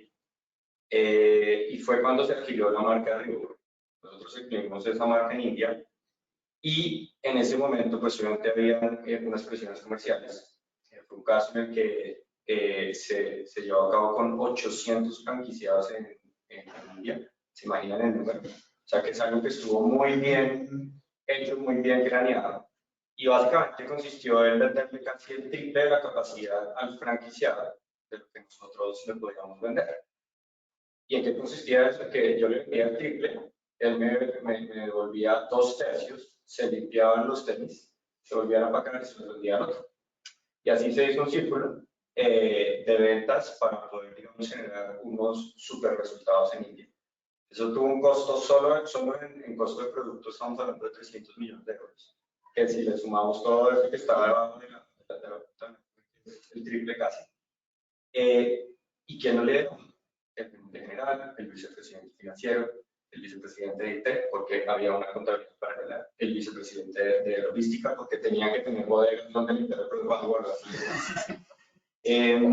Y al final del día, pues obviamente fue un caso donde la única manera, no estaba también hecho, la única manera de darse cuenta, obviamente sí había sospechas, fue a través de una persona que dijo lo que estaba pasando. que no era de un cargo alto. Y tengamos en cuenta que la India es un país que culturalmente es muy grande. Entonces las personas, digamos, de niveles en la organización de entrada, pues no. Sí. Entonces ese fue el caso y ahí cuáles son los aprendizajes que nosotros tuvimos, y es más en términos de cultura y del comportamiento humano. Y es, número uno, el ego y la ambición, cuando lo llevamos al extremo, lleva a las personas a tomar decisiones ilógicas, ¿sí? Eso fue lo que pasó. Para eso se empezaron a realizar los sistemas de compensación y los sistemas de compensación variable, porque ahí se puede generar digamos, un incentivo perverso que hace que las personas empiecen a hacer cosas que no son. El segundo aprendizaje, nosotros lo llamamos la línea de Fairplay, que es la línea de juego limpio. Es una línea anónima, donde hay un teléfono, hay un correo, yo lo puedo hacer de varias maneras para poder denunciar lo que está pasando. Y la gran sorpresa es que después de un día, gran parte de lo que nos hemos dado cuenta ha sido a través de esas denuncias internas, que son anónimas. Y eso yo creo que es un aprendizaje muy importante. Y el tercero, sin duda, es que tuvimos que crear un área de control interno que tiene más de 500 controles en diferentes áreas y en diferentes puntos donde sabemos que tenemos riesgo. Pero también hay algo importante. Yo no le reporto directamente a gente general de países, porque muchas veces en esas estructuras hay un conflicto entre los migrantes. Yo le reporto a un vicepresidente financiero de la región, compliance también le reporto a un vicepresidente financiero de la región, y este equipo de control interno y de protección también es independiente. Entonces, al final, esa independencia, y lo mismo nosotros que somos las áreas de soporte, tenemos esa independencia, porque yo le puedo decir a la gente general o a mis clientes internos como la parte comercial, eso no está bien. ¿Sí? Cuando a mí me reporta esa persona directamente, se frena uno porque pues es el jefe y demás, ¿no? Entonces yo creo que esos tres aprendizajes son muy importantes. Entender las culturas donde operamos y también los sistemas de compensación y cuál es la estructura organizacional que tenemos para que haya chequeos y balances de lo que puede salir mal. Y eso yo creo que también es súper importante. Y desde entonces hemos venido operando así y ya tenemos sin duda un sistema de control interno, un sistema de auditoría externa y un sistema de auditoría global que nos está permitiendo, digamos, encontrar esos riesgos. Aquí hay varias cosas muy importantes que se han dicho. Uno es, y yo creo que del tema de lucha contra la corrupción, transparencia y demás, es un tema bastante novedoso en el mundo. Es un tema del que venimos hablando realmente hace unos 30, 35 años en el mundo. No es un tema, pues, a pesar de que la corrupción ha existido toda la vida, pues el tema realmente de lucha contra la corrupción sí es bastante novedoso. El compliance existía desde los 70, pero es ahora que el compliance toma un puesto relevante en el mundo realmente. Pero tú has dicho cosas muy importantes, o todos han dicho cosas muy importantes que yo quiero resaltar y que creo que se remontan un poco a la primera pregunta de la que estamos hablando, y es cuáles son esos factores de éxito. Y es que si yo tengo un sistema de incentivos, el sistema de incentivos tiene que revisar muchas cosas. Cuando yo tengo una multinacional, ese sistema de incentivos tiene que revisar las distintas culturas y las distintas formas de trabajar en los países. Entonces, acá decimos, India es un país que tiene unos temas jerárquicos, eso hay que contemplar. Pero además, y recuerdo perfectamente una conversación con un compliance, con un oficial de compliance que decía, si yo pongo sanciones también, las tengo que cumplir. Esto no es que si de pronto a mí sí y a ti no, es que tú me caes bien y la otra persona tal vez no, es que él es mi amigo, no. Y otro tema fundamental es el sistema de garantía de denuncias. Correcto. El sistema de garantía de las denuncias, esta línea Fair Play me parece fantástico, es decir, que la persona no solamente pueda denunciar al interior de la entidad o por fuera de la entidad, porque el cliente también en un momento determinado puede ser el que haga la denuncia, el cliente, el proveedor, cualquiera de la cadena de valor, del ecosistema completo de la empresa puede denunciar. Y entonces es muy importante también que uno tenga realmente un sistema de denuncias muy bueno y que garantice que garantice realmente que se haga la investigación y que la investigación se haga de manera transparente, de manera clara, de manera justa, que se escuche a la persona, que se lleven los procesos como debe ser y que lleguen las sanciones si es el caso. Eso creo que es un tema fundamental. Yo me quedé un poco con la duda contigo. Bueno, porque yo te quiero complementar algo, porque yo creo que también lo tenemos las compañías. Dentro de estos procesos relacionados con compañías, hay también un tema de regulaciones sobre las personas. O sea, hay que cuidar mucho a las personas porque, claro, es toda una cultura. Estamos generando cultura porque a veces, cuando digo, estamos en Colombia, entonces las personas pueden entender mal qué es una línea de reporte, qué es una línea de transparencia. Es un tema de creación de cultura, o sea, porque pues, puede empezarse para muchas cosas, pero igualmente la compañía, entre los procesos y dentro, es todo parte del código de ética, está también el tema de cómo proteger a estas personas, pues todo se hace de manera muy confidencial, pero también estas personas, la organización tiene gente que le hace seguimiento para evitar que no haya una revelación sobre esa persona. Eso es muy importante porque eso también es de la cobertura que, entonces, la mayoría de las veces que han encontrado vienen de la persona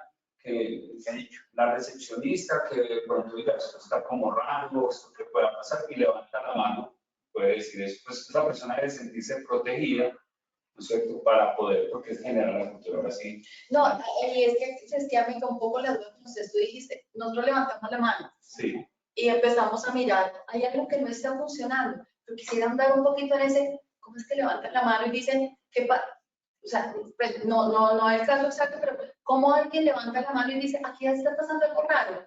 Totalmente, es como lo que hace Sergio, o sea, inicia un proceso de denuncia interna de llamada de atención, sobre todo con temas contables, con temas de ventas, con cosas que no cuadran, descuentos exagerados, sobre todo en el tema, digamos, de toda la cadena de nosotros, ¿no es cierto? El tema de distribuidores, el tema de, oiga, empiezan a pasar cosas que esto como, estoy pagando un arriendo pero no uso un inmueble, estoy dando una comisión más alta de lo normal, o mi distribuidor está, oiga, ¿y dónde está quedando esa comisión? ¿Dónde está quedando? Oiga, definitivamente lo que hay que hacer es, primero miremos qué hay, definitivamente venga, contemos lo que está pasando, porque esto no es, o sea, esto puede tener una visión de corto plazo, sí, chévere, este país cumplió, pero es una visión de largo plazo y en una compañía global. Eso es el peor negocio del correo. Entonces, hace parte de eso, como es una generación de cultura. Pues, yo nací laboralmente acá y cuando llegué a 2 o 3 meses me encuentro con esto. Yo venía a otra compañía donde también el tema de compliance era muy importante. Me encuentro con porque ha sido un reto muy grande para la compañía. Le encuentro con eso, diga, hay que implementar estos temas. Han habido etapas donde nos han puesto tareas, digamos, usted está diciendo, para decir mis compañeros, diga, usted debe cumplir este estándar, inclusive nuestros estándares en algunas partes están por aquí, siendo nuestra regulación difícil en algunos temas, estamos por acá. Entonces, pero pues tenemos que cumplir el estándar, que lo obvio, hay veces piensan que lo obvio es obvio, no, obvio por obvio se obvia, entonces tenemos que hacerlo al día, tenemos que demostrar, no solamente hacerlo, sino demostrar nuestro buen cumplimiento. A mí me gustó lo de por correr 100 metros y llegar quizás primero nos tocó volvernos quizás 500 para volver a iniciar la carrera. Y entonces ahí quiero volver a otro tema del que ya hemos hablado y es un poco la avaricia corporativa, ¿no? Entonces, la avaricia corporativa, incluso en los niveles ejecutivos, en muchas ocasiones ha destruido empresas. Eso, digamos, es una claridad. Pero, adicionalmente, los empleados prestan muchísima atención al comportamiento de sus directores. Y incluso, sus directores son un modelo a seguir en muchas ocasiones. Entonces, ahí vamos a hablar de algo que considero que es muy importante y es el tone from the top. Y saber si ustedes consideran que eso es algo muy exitoso en compliance. O sea, ese tone from the top sí es un elemento clave en el compliance, sí es como súper fundamental. Un poco bajo la premisa que les acabo de decir, de verdad, esta avaricia, que creo que todos la acabamos de evidenciar en la pregunta anterior, pero de alguna manera era estar en mejores estándares, o pasar de primero, o cumplir unas metas, o qué sé yo, pasarse a la empresa, pasarse un poco a la empresa competencia y demás. Y entonces, ¿qué hacemos ahí? ¿Cómo nos funciona este tema? ¿Quién quiere iniciar? Yo diría que sí, el tono de la alta dirección de las organizaciones es fundamental en un tema tan crítico como este. Hemos hablado, creo que todos los tres hemos coincidido en que el tema de cultura, al final es cultura de las organizaciones.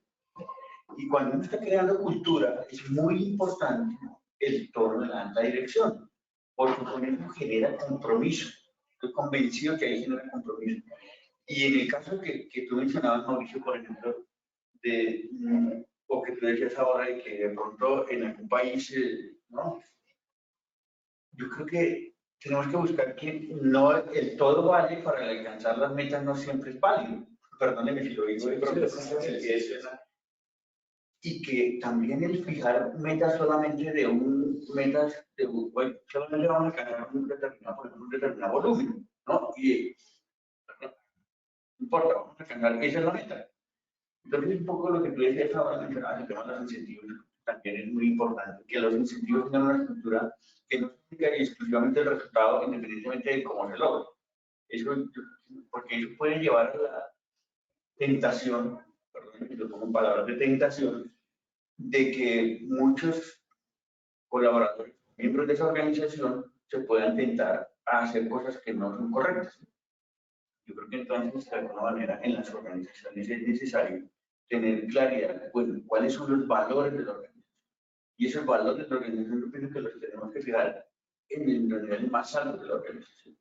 Los gerentes y los directivos, o todos los que de alguna manera tengan posición de dirección, deben de ser, o debemos de ser ejemplo también de cómo desarrollar las actividades de la organización, porque estamos formando, estamos liderando la cultura.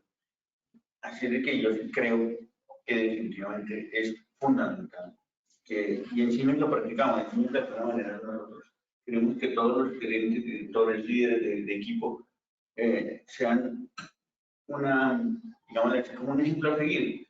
Y quería comentar con algo lo que se mencionó anteriormente, y es que también, al menos yo lo estoy buscando decir mucho en la organización, que en la organización haya la libertad de todos expresar ampliamente todo lo que la gente quiere decir, con tranquilidad, de que no va a haber, no solamente en y no solamente el tema de que está encontrando algo que no le parece que está correcto, no, sino en general en el speak up que nosotros de oye, que quisiera sugerir que aquí se hiciera tomar en cuenta eso. Entonces, esa cultura, creo yo, al menos yo estoy convencido de eso en Siemens en Colombia, de que tenemos que trabajar, que haya esa posibilidad de que todo el mundo con tranquilidad hable, diga, no tenga miedo porque en algún momento alguien le va a decir, bien sea su jefe o otro cualquiera, o su líder de área, cualquiera que sea, le van a decir, oiga, ¿por qué está diciendo? No, contrario, que haya esa libertad, naturalidad, que yo creo que hoy en día es fundamental en todas las organizaciones. Pues hablando un poquito de cultura, te voy a decir, pues como dos dichos, digamos, sí, pues cierto, la gente habla de que es que el ejemplo es la mejor manera, ¿no es cierto? Entonces, es la única, es la única, sí, el ejemplo es la única, o sea, sí, ¿no? Y ahorita tú hablas algo de ¿no es cierto? Otro dicho donde dices que el fin justifica los medios. Ojo con los medios. De pronto los medios puede que estén más por encima del fin. El fin tenemos que llegar. Nosotros somos corporaciones, claro. Tenemos que crecer y tenemos retos y compromiso y corporativamente pues estamos para cargar todo el peso de la organización. Pero el tema de los medios es un tema muy importante que algunas veces cruzamos con nuestras culturas. El problema también es un tema cultural y no digamos mentiras en nuestros países, ¿cierto? No somos colombianos. Entonces, algunas cosas culturalmente hay cosas que no parecen normales, ¿no es cierto? Entonces, hay zonas donde no se usa el casco de la moto, pues como dice, esa ley no pegó acá, o la usan porque qué miedo que me pongan un comparendo, y usted no lo está usando, no es tiene que usarlo porque eso le salva la vida. Entonces ahí es donde entendemos el racional de las cosas, ¿no es cierto? Usted no está prohibido, diga, es que hay competencias desleales. usted lo que está es perjudicando a otra organización. Entonces, entienda, no es porque la ley lo coja, estoy de acuerdo, la ley tiene que existir. Pero es donde, oiga, ¿cuál es el daño que le estoy haciendo a eso? ¿No es cierto? ¿Cuál es el problema de estamos pagando impuestos y ese recurso de eso? Nosotros tenemos ejemplos acá de temas interesantes. Por ejemplo, Colombia Compra Eficiente es una adquisición para las agencias militares de servicios. Y son temas que uno dice, qué bueno que esto poder ver, claro, para uno es duro porque sí, se puede interpretar fuerte, porque hay supervisiones muy fuertes, pero es bueno, dice, pues finalmente son los recursos de nosotros, o sea, hay unos recursos importantes que ponemos los colombianos en nuestros impuestos. Es bueno que los cuiden, es bueno que a todos nos levanten y digo, pues ahí es donde el reto también es de la empresa colombiana también, cómo va a lograr llegar a eso. Entonces, finalmente, pues el tono, las compañías tienen que transpirar por esto, o sea, la sociedad, la sostenibilidad de la sociedad, no solamente en temas, sino en temas sociales, en temas ambientales, o sea, compliance puede llegar a temas ambientales, temas sociales, o sea, hay muchos alcances donde digo que uno puede decir que es el mejor negocio que podemos hacer. Pero, Mauricio, tocas decir algo que me parece súper importante. Hablaste de Colombia Compra Eficiente y hablaste de trascender más allá dijiste, podemos llegar a lo ambiental, a lo social y demás. Y entonces estoy pensando un poco y dijiste, estamos en Colombia. Como esas tres frases y pienso, estamos en Colombia y obviamente ustedes son representantes de tres grandes empresas, muy grandes empresas, multinacionales, ¿no? Entonces, pero pensemos en las otras empresas, en las pequeñas y medianas empresas por un segundo. Y me gusta el mensaje que tú das y es que quizás no necesito ese sistema de compliance que tienen ustedes, que es sólido, que es robusto, que obviamente por el tipo de transacciones, que obviamente por el tipo de exigencias que a nivel nacional e internacional tienen sus empresas, pero también el simple hecho de tener una empresa pequeña, eso no me, el que sea una pequeña o mediana empresa, no me está quitando esa responsabilidad de cumplimiento de la norma, de lo que acabas de decir, es que los impuestos son de todos y entonces hay que respetar ese dinero público también por ser dinero público. Entonces no sé si allá del otro lado tenemos gente representante de pequeñas y medianas empresas que dicen, es que yo no tengo para pagar un sistema de compliance, es que yo no me puedo certificar con la ISO 37001 y tener un sistema de gestión antisoborno. No, quizás no lo necesita. Usted también puede ser transparente, usted también como pequeño y mediano empresario puede hacer un cumplimiento de las normas, hacer unas compraventas transparentes, sanas, con el respeto a la ley, de tener en cuenta quién está al otro lado de ese contrato que usted está firmando. Y si usted sabe que ese otro es un tramposo, si usted sabe que ese otro, que el del otro lado, ese proveedor, no es honesto en las transacciones, pues no contrate con él. Eso es una forma de compliance chiquito, pues de compliance a otro nivel. Sí. Ay, perdón, tal vez es que lo que dices me parece supremamente importante porque a veces se asocia como que las funciones o las actividades o los objetivos están asociados a personas y no necesariamente. Y en eso quiero decir un poquito lo que tú dices cuando una pequeña y mediana empresa que a veces le toca entonces, como decimos hoy en día, como las startups, en donde la filosofía es que hay muchas cosas que hay que hacer, entre otras cosas también el tema de tener cuidado de hacer las cosas bien, de cumplir con todas las normas, pero no significa entonces necesariamente que tienes que tener un departamento asociado a eso. Puede ser que incluso el propio dueño de la pequeña y mediana empresa sea quien él tome el rol de ser quien defiende a través del ejemplo. Claro. Toma el rol exacto. Imagínate, por ejemplo, eso, ¿no? Que son una, no sé, de un número muy reducido de colaboradores. Entonces, una cosa es que esté el rol, es decir, que exista el rol de buscar ser el ejemplo y de hacer las cosas bien y transparentemente, cumpliendo con las normas, cumpliendo, como te decía, con mirar con quién hago negocio y todo esto. Y otra cosa es que tenga que tener una persona dedicada o un grupo de personas dedicadas. Nosotros, pues, por el tamaño de las organizaciones de productos, sí necesitamos pues, recursos dedicados específicamente. Pero quizás en una pequeña y mediana empresa, pues de pronto, como tú decías, para que el mensaje quede suficientemente claro, no necesariamente tienen que ser recursos separados. Puede ser que simplemente el propio líder de la organización, dueño, en este caso, por dueño o dueña, pues es el que representa el rol de hacerlas y de transmitir esa filosofía, ¿no? Está liderando el evento. Sí, yo igual estoy absolutamente de acuerdo con todo lo que hemos hablado y sin duda este tono de arriba marca la diferencia. Entonces yo podría decir en principio sí y también tengo un no. Porque ¿de dónde viene el no?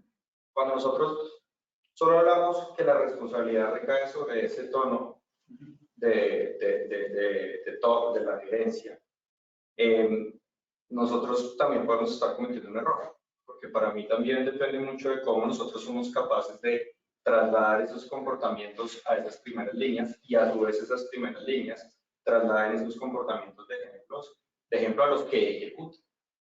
Entonces hay que tener cuidado con eso y también en empresas pequeñas, porque no necesariamente yo puedo ser el que habla todo el tiempo de esto, pero si digamos en una empresa pequeña yo le digo, fulanito o fulanita, vengan, los acerco aquí a Transmilenio y me paso 3 semáforos en rojo, pero soy el que digo que soy el líder, que por favor tengan mucho cuidado, ahí estamos en un problema. Entonces hay que matizarlo un poco. Yo soy de los que creo que el liderazgo, para encontrar esas ventanas donde la gente pueda expresar de verdad lo que no está funcionando y poder explicarles el por qué, ¿sí? Son necesarias. Al contrario, no está liderando los líderes. Porque si yo digo el tom from the top y entonces el jefe dijo, pues entonces a la gente también puede dar miedo alzar la mano como tú lo decías. Entonces yo creo que es cómo lo matizamos, cómo a través de nuestro liderazgo y de nuestros mismos comportamientos, porque el ejemplo al final son comportamientos, ¿no? Si el café está servido en la oficina, pues yo voy y la gente está haciendo fila, entonces yo soy el jefe, entonces yo voy de primero, no, pues espero, ya por la fila. Ese es el tipo de comportamientos, son pequeñas cosas que al final del día está la cultura y el sistema de la compañía que nosotros tenemos, y hay compañías que se están formando como startup que están creando su propia cultura. Esa propia cultura tiene que venir con unos valores claros, unos comportamientos muy claros también de qué es lo que quiere la compañía. Y después también ver cómo se ve la cultura del país. Pero al final yo pienso que puede trascender la cultura del país, de la cultura de la compañía y puede influenciarlo, que desafortunadamente es nuestro caso. O yo también pienso en la mentalidad que tenemos que tener, un tema también de mindset. Entonces, cuando hablamos de cultura, hablamos de comportamientos, pero también cuando hablamos de acciones, hablamos de esa mentalidad que yo tengo en el día a día. Y eso yo creo que es lo importante. Abrir estas ventanas, cualquiera que sea el tamaño de la organización, tener las conversaciones, abrir foros, abrir ventanas de reflexión, hablar de lo que no está funcionando, permitir entrenamientos que hay, y tú nos puedes decir, hay un montón de entrenamientos en línea, tomar de ahí, hacer el esfuerzo para que busquemos los recursos de otra manera y generemos obviamente esos comportamientos. Y eso es del día a día. Día a día. El cerebro es como un músculo. Lo tenemos que seguir entrenando, lo tenemos que seguir entrenando, lo tenemos que seguir entrenando. Entonces, depende de nosotros, pero depende también de toda la organización. A mí me gusta más tone from everyone, ¿no? De todo el mundo, de abajo, de arriba, de derecha, izquierda. Depende de todos. Me gusta lo que estás diciendo, pero eso lo junto, logro como unir esta idea con lo que tú dijiste hace un ratito, integridad. Eso es integridad. Entonces, y me encanta el ejemplo que pones. Yo no puedo ser la jefe y decir, como yo soy la jefe, entonces yo llego tarde, exacto. Ah, es que no, yo soy la jefe. Yo, no, exacto, pero si yo soy la jefe, yo trabajo un montón. O sea, yo produzco, yo puedo llegar a las 10 de la mañana. Y miren eso cómo va calando en la cultura. Entonces, ¿qué dice la gente? Ah, es que tiene horario ejecutivo. Y en vez del horario ejecutivo es el que menos trabaja. Y eso se nos va volviendo un tema absolutamente cultural. Entonces, a mí la palabra integridad, que es muy difícil de definir, yo siempre digo que es, y recuerdo en ese sentido a la cultura ambiental, que es pensar, hablar, sentir y hacer exactamente lo mismo. A mí me gusta ese ademán, porque creo que es muy difícil de cumplir y cuántas veces nosotros mismos, no sé, decirle a los niños, no puedes decir mentiras, pero cuando llama a alguien, que no quiero hablar con esta persona, no, pero me dices que no diga mentiras y me mandas al teléfono a decir esas pequeñas cosas. Entonces, claro, es un compliance para todos, es un comportamiento hacia todos. Y eso me parece ideal porque aquí hemos pasado de lo público-privado, que tú haces una mención a lo público, además porque justamente el tema de ustedes es absolutamente regulado, tienen todos los controles públicos allí, entonces es distinto el negocio de ustedes. Y me gusta mucho porque tratamos todos los temas, la relación público-privado, la relación con la sociedad, pero más la relación con la familia, con los amigos, con la vida cotidiana, que también hace parte como de esa transparencia y de ese mensaje que queremos dar. Entonces uno dice, no, es que mi vecino es el ejecutivo, es el director de, porque todo el mundo se entera de todo el mundo, es que él es el director de X empresas, pero es un bárbaro. El tipo parquea mal, gustó el parqueadero ¿cómo se llama? El de los visitantes, y no movió el carro ahí en una semana, y si uno va y le dice algo, pues es un grosero. Y él es el ejecutivo, es el CEO, o es el ejecutivo, o es el... Entonces, ahí es donde debe ser como esa coherencia. Entonces, vamos a hablar de... Tú ahorita hablabas de, pues, si de pronto, digamos, en las personas que nos están acompañando, hay empresas pequeñas. O sea, yo pienso que tú hablas de una cosa seria. Ahora, por ejemplo, con el confinamiento, nacieron una cantidad de microempresarios, ¿no es cierto? Entonces, el que hace brownies, chévere, o sea, tortas, el que hace pijamitas para los perritos. Entonces, muchas veces, oiga, hay una factura, ¿no? Es que el negocio no me hace una factura. Entonces, ahí es donde uno dice, ojo, porque pues la sostenibilidad de los negocios es desde el principio deben de tener la orientación a hacer. O sea, si el negocio no permite tener una factura, entonces el negocio no es viable. O sea, entonces, eso mismo se aplica para términos de cumplimiento, ¿no es cierto? Entonces, para la persona que tiene, oiga, primero, ¿yo cómo quiero ser? O sea, antes de ser hay que parecer.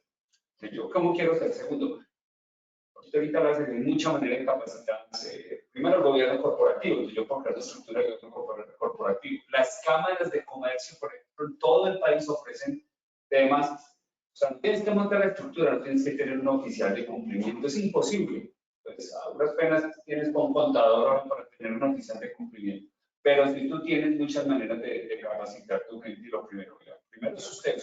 ¿Cómo quiere verse en el mercado? ¿Usted quiere vivir? ¿Quiere correr la maratón o quiere correr la de 100 metros? Porque también puede haber gente que dice, yo quiero correr la de 100 metros. Muy mal, pero listo. Pero yo quiero correr la maratón, quiero dejar prosperidad para mis hijos y mis nietos y listo. Entonces, desde ya empieza a pensar usted cómo hace su organización y apáránquese que hay cosas que le puedan funcionar en un código o en un gobierno bien montado, pero desde la concepción y no desde el requerimiento legal. Dale. No, me encanta la reflexión. Igual, además, o la peor, con factura o sin factura. Sí. ¿Cómo lo quieres? ¿Con factura? Sí. ¿Le doy la factura o no le doy la factura? Perdón.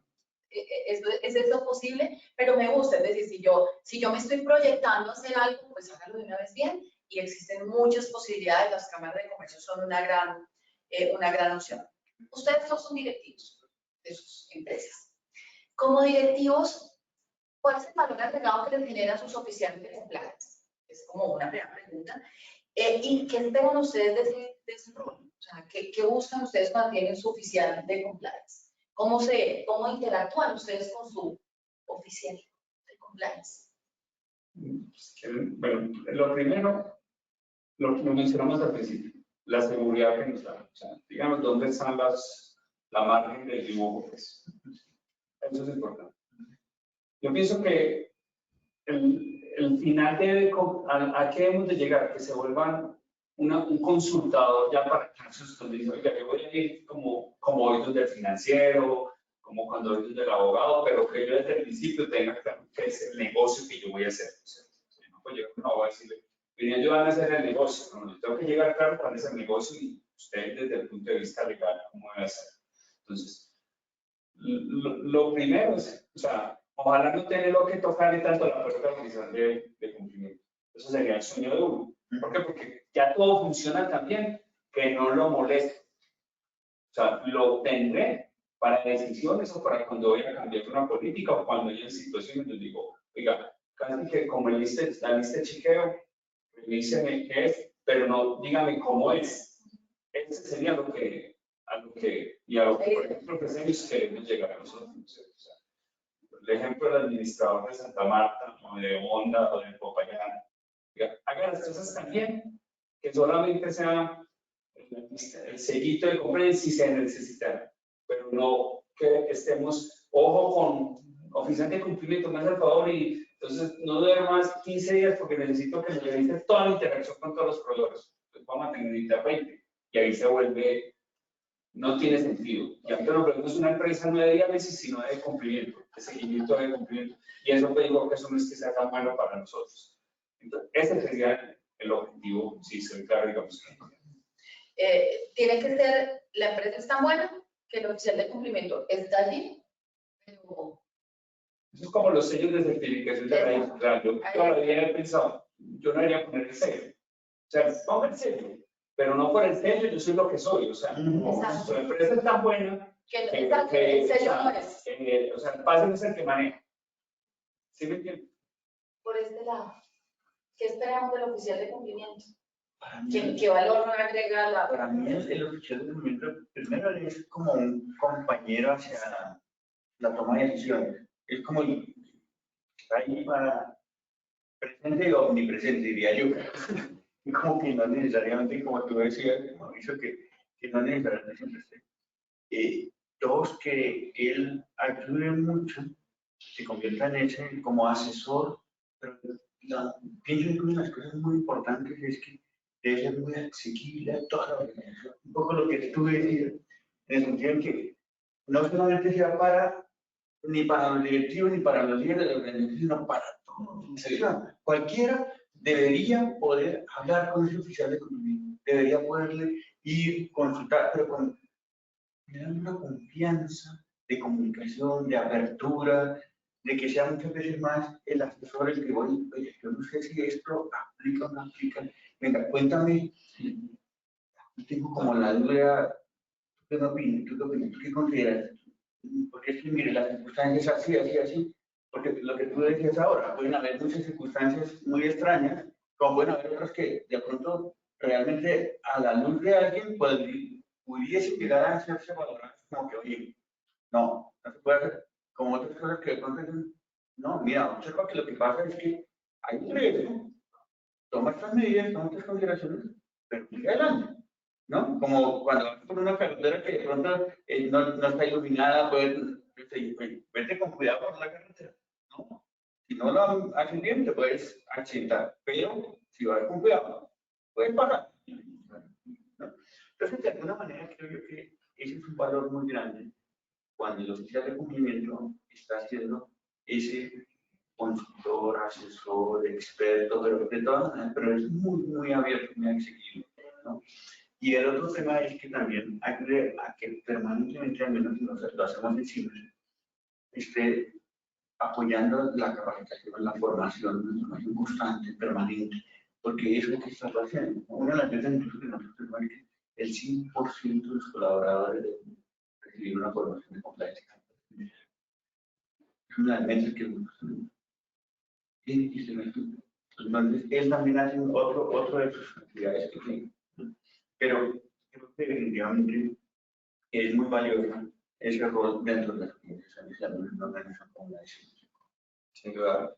Coincido absolutamente, completamente con lo que han dicho. De pronto, ¿cómo lo romantizaría y qué agregaría? Yo creo que eso es básicamente lo que se ha dicho. Pues a mí el nombre me gusta, el oficial de cumplimiento. Para mí es un generador de confianza, es un generador de cumplimiento, pero no es un oficial. Si nos vamos a días que nos gusta tanto las analogías con los deportes, no es el árbitro, es el que tiene la 10. Porque tiene, o sea, ¿qué espero yo? Que tenga los ojos muy, muy abiertos. Y si ustedes se dan cuenta, los mejores 10 de la historia no solo son los que meten los pases y hacen goles, sino que también a veces bajan a defender. Están pendientes de están atacando por acá, aquí podemos salir a atacar más rápido. Eso es lo que yo creo que tiene que tener un oficial de cumplimiento, llamémoslo. Sin duda tiene que ser de puertas abiertas. Yo a veces creo que tiene que ser hasta recursos humanos. Sí, claro. ¿No? Tiene que saber hacer esas preguntas, es lo que nosotros llamamos de ir pelando la cebolla hasta que encuentre de verdad dónde está el problema, ¿no? Muchas veces las personas llegan, sí, hablando de otras cosas, pero en verdad quieren hablar de lo que no está funcionando. tiene que tener ese feeling de saber por qué los están buscando, por qué los están consultando. Esas puertas abiertas tienen que estar ahí. Entonces, yo creo que lo primero que hay que es no lo veamos como el oficial. Es lo que siempre hemos visto, es el imaginario, es esa percepción que tenemos todos. Yo espero que sea una persona, Jimena, ustedes la conocen, genera tanta confianza que la gente se siente tranquila y se siente segura y dice lo que tiene que decir. Yo creo que eso es esa parte también de relacionamiento y generación de confianza, lo que yo espero, con los ojos muy abiertos de todo lo que está pasando en la cancha. Ahí le estamos contestando ya unas preguntas a quienes nos están escuchando. Entonces alguien nos preguntaba cuáles son las cualidades y capacidades que tiene que tener este oficial, que me gusta eso de, no es que el oficial suena, sí, tiene que cumplir, pero me gustan las analogías de Adidas porque son geniales, o sea, el fair play, aquí pues no es el árbitro, es el 10, me encanta porque el 10 tiene todo el juego en la cabeza. Y lo que tú dices, alcanza a ver, nos están atacando por acá, y es el que además ya a veces le grita, o el pívot en básquetbol, para cambiar a quienes no les gusta el fútbol, es el que tiene todo el tema. Ahora, aquí preguntan algo que creo que pueden complementar rápidamente, y es, ¿cómo bajo entonces, el mensaje oficial de cumplimiento? ¿Cómo bajo esa camiseta 10? ¿Cómo la bajo a todos? ¿Sabes qué? Empoderar a la gente. Eso que es muy importante, es que el oficial de cumplimiento, estoy de acuerdo, ese nombre es horrible, es horrible, es policía de tráfico. Total. Oficial de cumplimiento. Yo pienso que empodera, porque finalmente las decisiones tenemos que tomarlas nosotros, somos los que manejamos la empresa, los que manejamos el negocio. Entonces, a la gente hay que empoderar.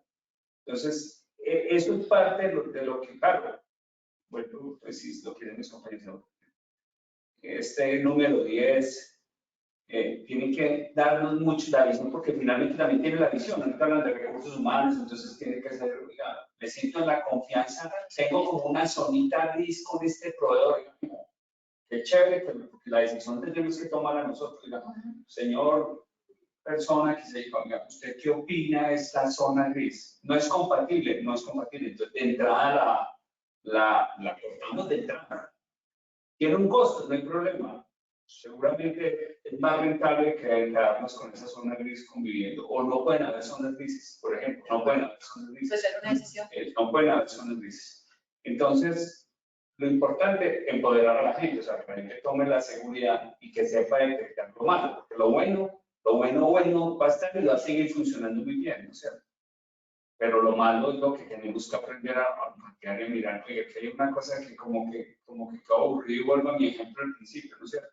Diga, yo sí quiero ser socio de pero es que este es el que se pasa los semáforos en rojo, es como aburridorcito, o sea, este es el tipo que está haciendo como mal, el que me dijo que le consiguió el pase al hijo en Aguachica, sin tener el niño ni siquiera sabe que es Aguachica, pero me llama el niño. Y no sabe manejar.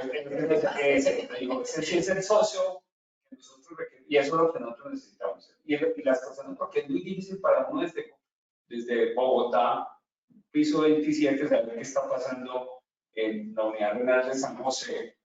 No sabemos, entonces, para mí, empoderar. Sí, coincido que hay que, yo insisto, de lo que hemos conversado hoy, un poco el tema de cultura, es decir, generar esa forma de que la gente entienda, bueno, en esta organización se trabaja. Y creo yo que conversaciones como la de hoy me parecen muy interesantes y sobre todo, digamos, todos los participantes es, de alguna manera, estos temas hay que cada vez más hablarlos. Y en las organizaciones también deben hacer eso. Yo digo que cuando se referencia ahora al generar confianza, que tal vez ese oficial no le llama tal vez más bien como un líder, ¿no? Un líder de estos temas. Ese líder pues, puede llevar a ser el generador de ambientes de confianza donde se esté permanentemente conversando de estos temas con toda la tranquilidad, con toda la apertura que esto requiere, para que de alguna manera pues, todos entendamos dentro de las empresas, pero como sociedad también.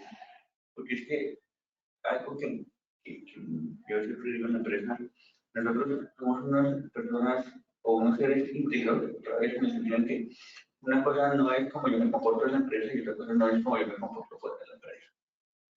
Y por eso me gusta mucho cuando hablamos y miramos estos temas, porque yo creo que de alguna manera también estamos transmitiendo mensajes para la sociedad que tanto necesita un país como Colombia, como tú dices ahora, Mauricio, en donde sabemos que tenemos dificultades que tenemos, pero que también sí debemos trabajar porque se cumplan, porque las cosas se hagan bien, porque seamos una sociedad cada vez mucho más, llamémosla así, responsable en el amplio sentido de la palabra.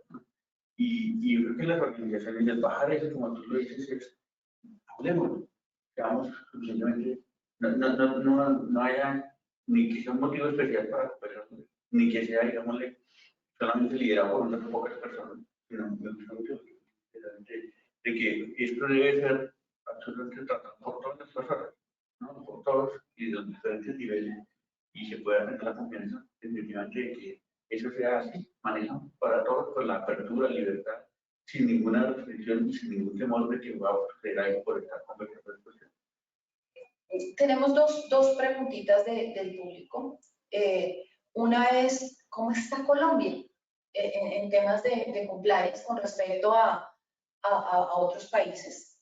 Incluso a los países de la región. No sé si ustedes de pronto en sus empresas han tenido que trabajar con gente de la región y mirar cómo está el compliance.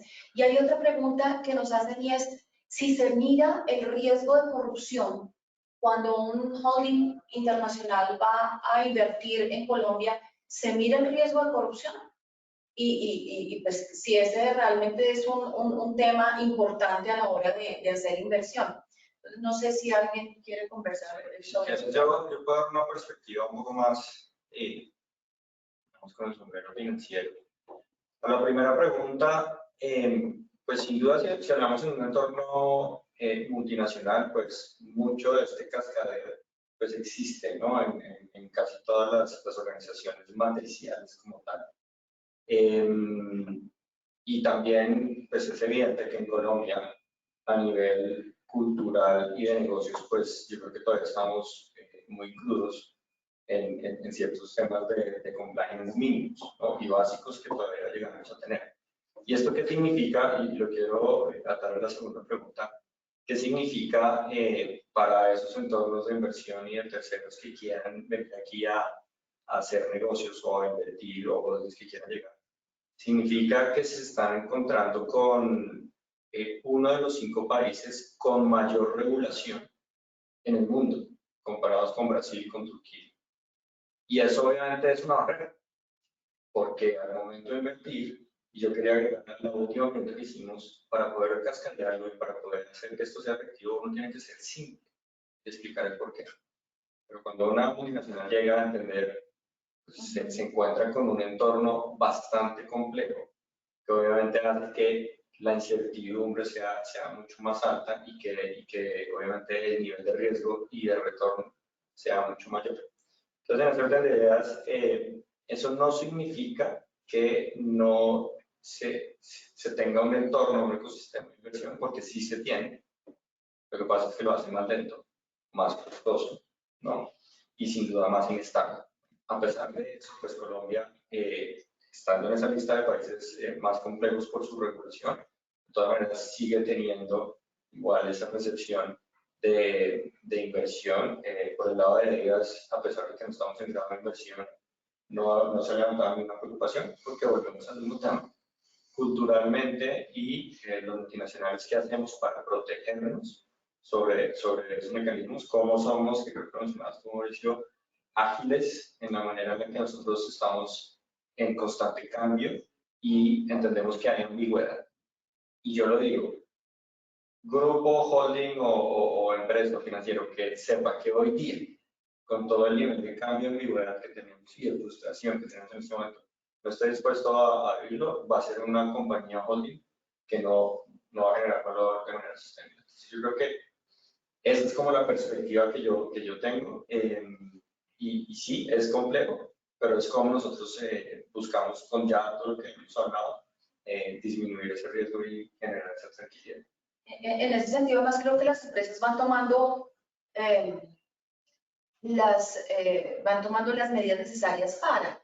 Yo me imagino que en las empresas de ustedes, seguramente, como lo hay en muchas, hay una persona encargada, por ejemplo, del relacionamiento con lo público, si es del caso.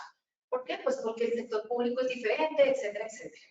Ahora, medir la corrupción es imposible, pero efectivamente hay unas mediciones que le generan como unos avisos a los inversionistas frente a qué es doing business, entonces que es como esa manera de hacer negocios, que dice, mire, en Colombia la regulación es excesiva, lo que no significa que no se puedan hacer los negocios, puede ser excesiva, pero puede ser rentable, entonces me meto. Tengo el barómetro global de corrupción, en donde me dice, mire, quizás en este país hay mucha regulación, pero hay sectores que son más proclives a la corrupción que otros sectores. Y me dice, mire, en Asia es así, en América es así. Entonces, eso me va dando como un mapa de calor frente a los temas y ya los inversionistas empiezan a revisar, pero pues también las empresas empiezan a tomar sus medidas de, sí, son muchos pasos, pero los podemos hacer, o sea, no nos vamos a frenar por esto y pues nos va a demandar más tiempo, sí, pero en el largo plazo el negocio es rentable. Entonces, para quien preguntaba sobre ese tema en particular, pues los riesgos de corrupción sí están ahí. En el sector público es una obligación verlos, pero en el sector privado también se está trabajando. Eso es lo que hace el oficial, que ya no nos gusta la palabra oficial, pero ya me suena raro, pero bueno, desde ahora el 10 de la empresa ya es el que tiene que un poco revisar ese tema, pero eso no nos va a frenar sobre el particular. Entonces, no sé si alguien tiene más algún otro comentario o podemos terminar acá.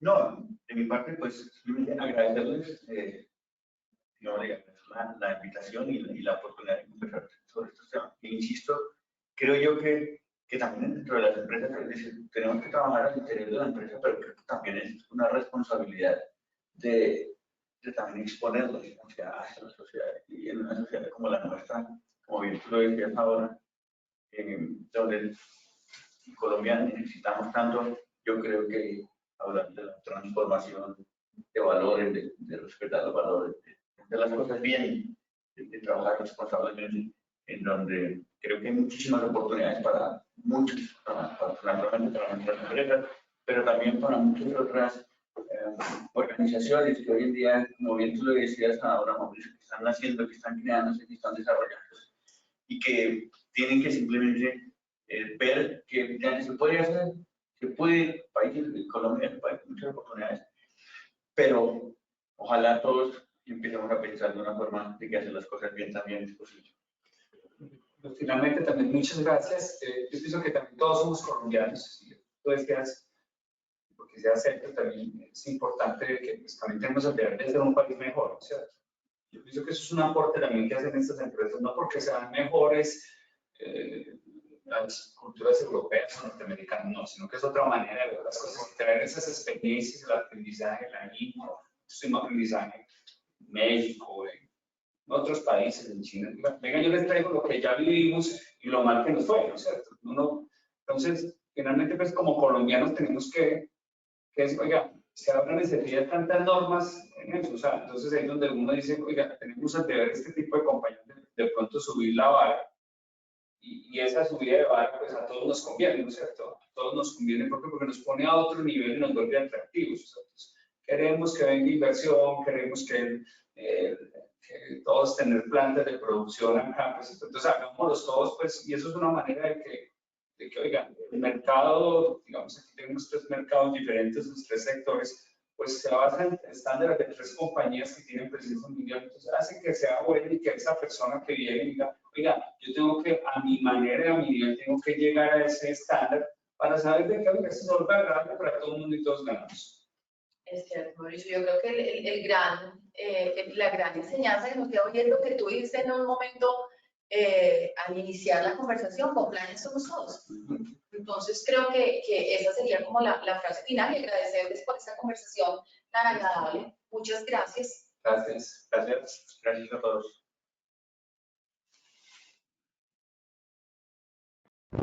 Muchísimas gracias a ustedes, gracias Sandra, Mauricio, Reinaldo y Sergio por este espacio, asimismo como a Fabián Espejo. Les recuerdo que nos pueden seguir en todas nuestras redes sociales, nos pueden encontrar en Instagram como Oaxaca Colombia y en Facebook en LinkedIn como Cámara de Industria y Comercio Colombo Alemana.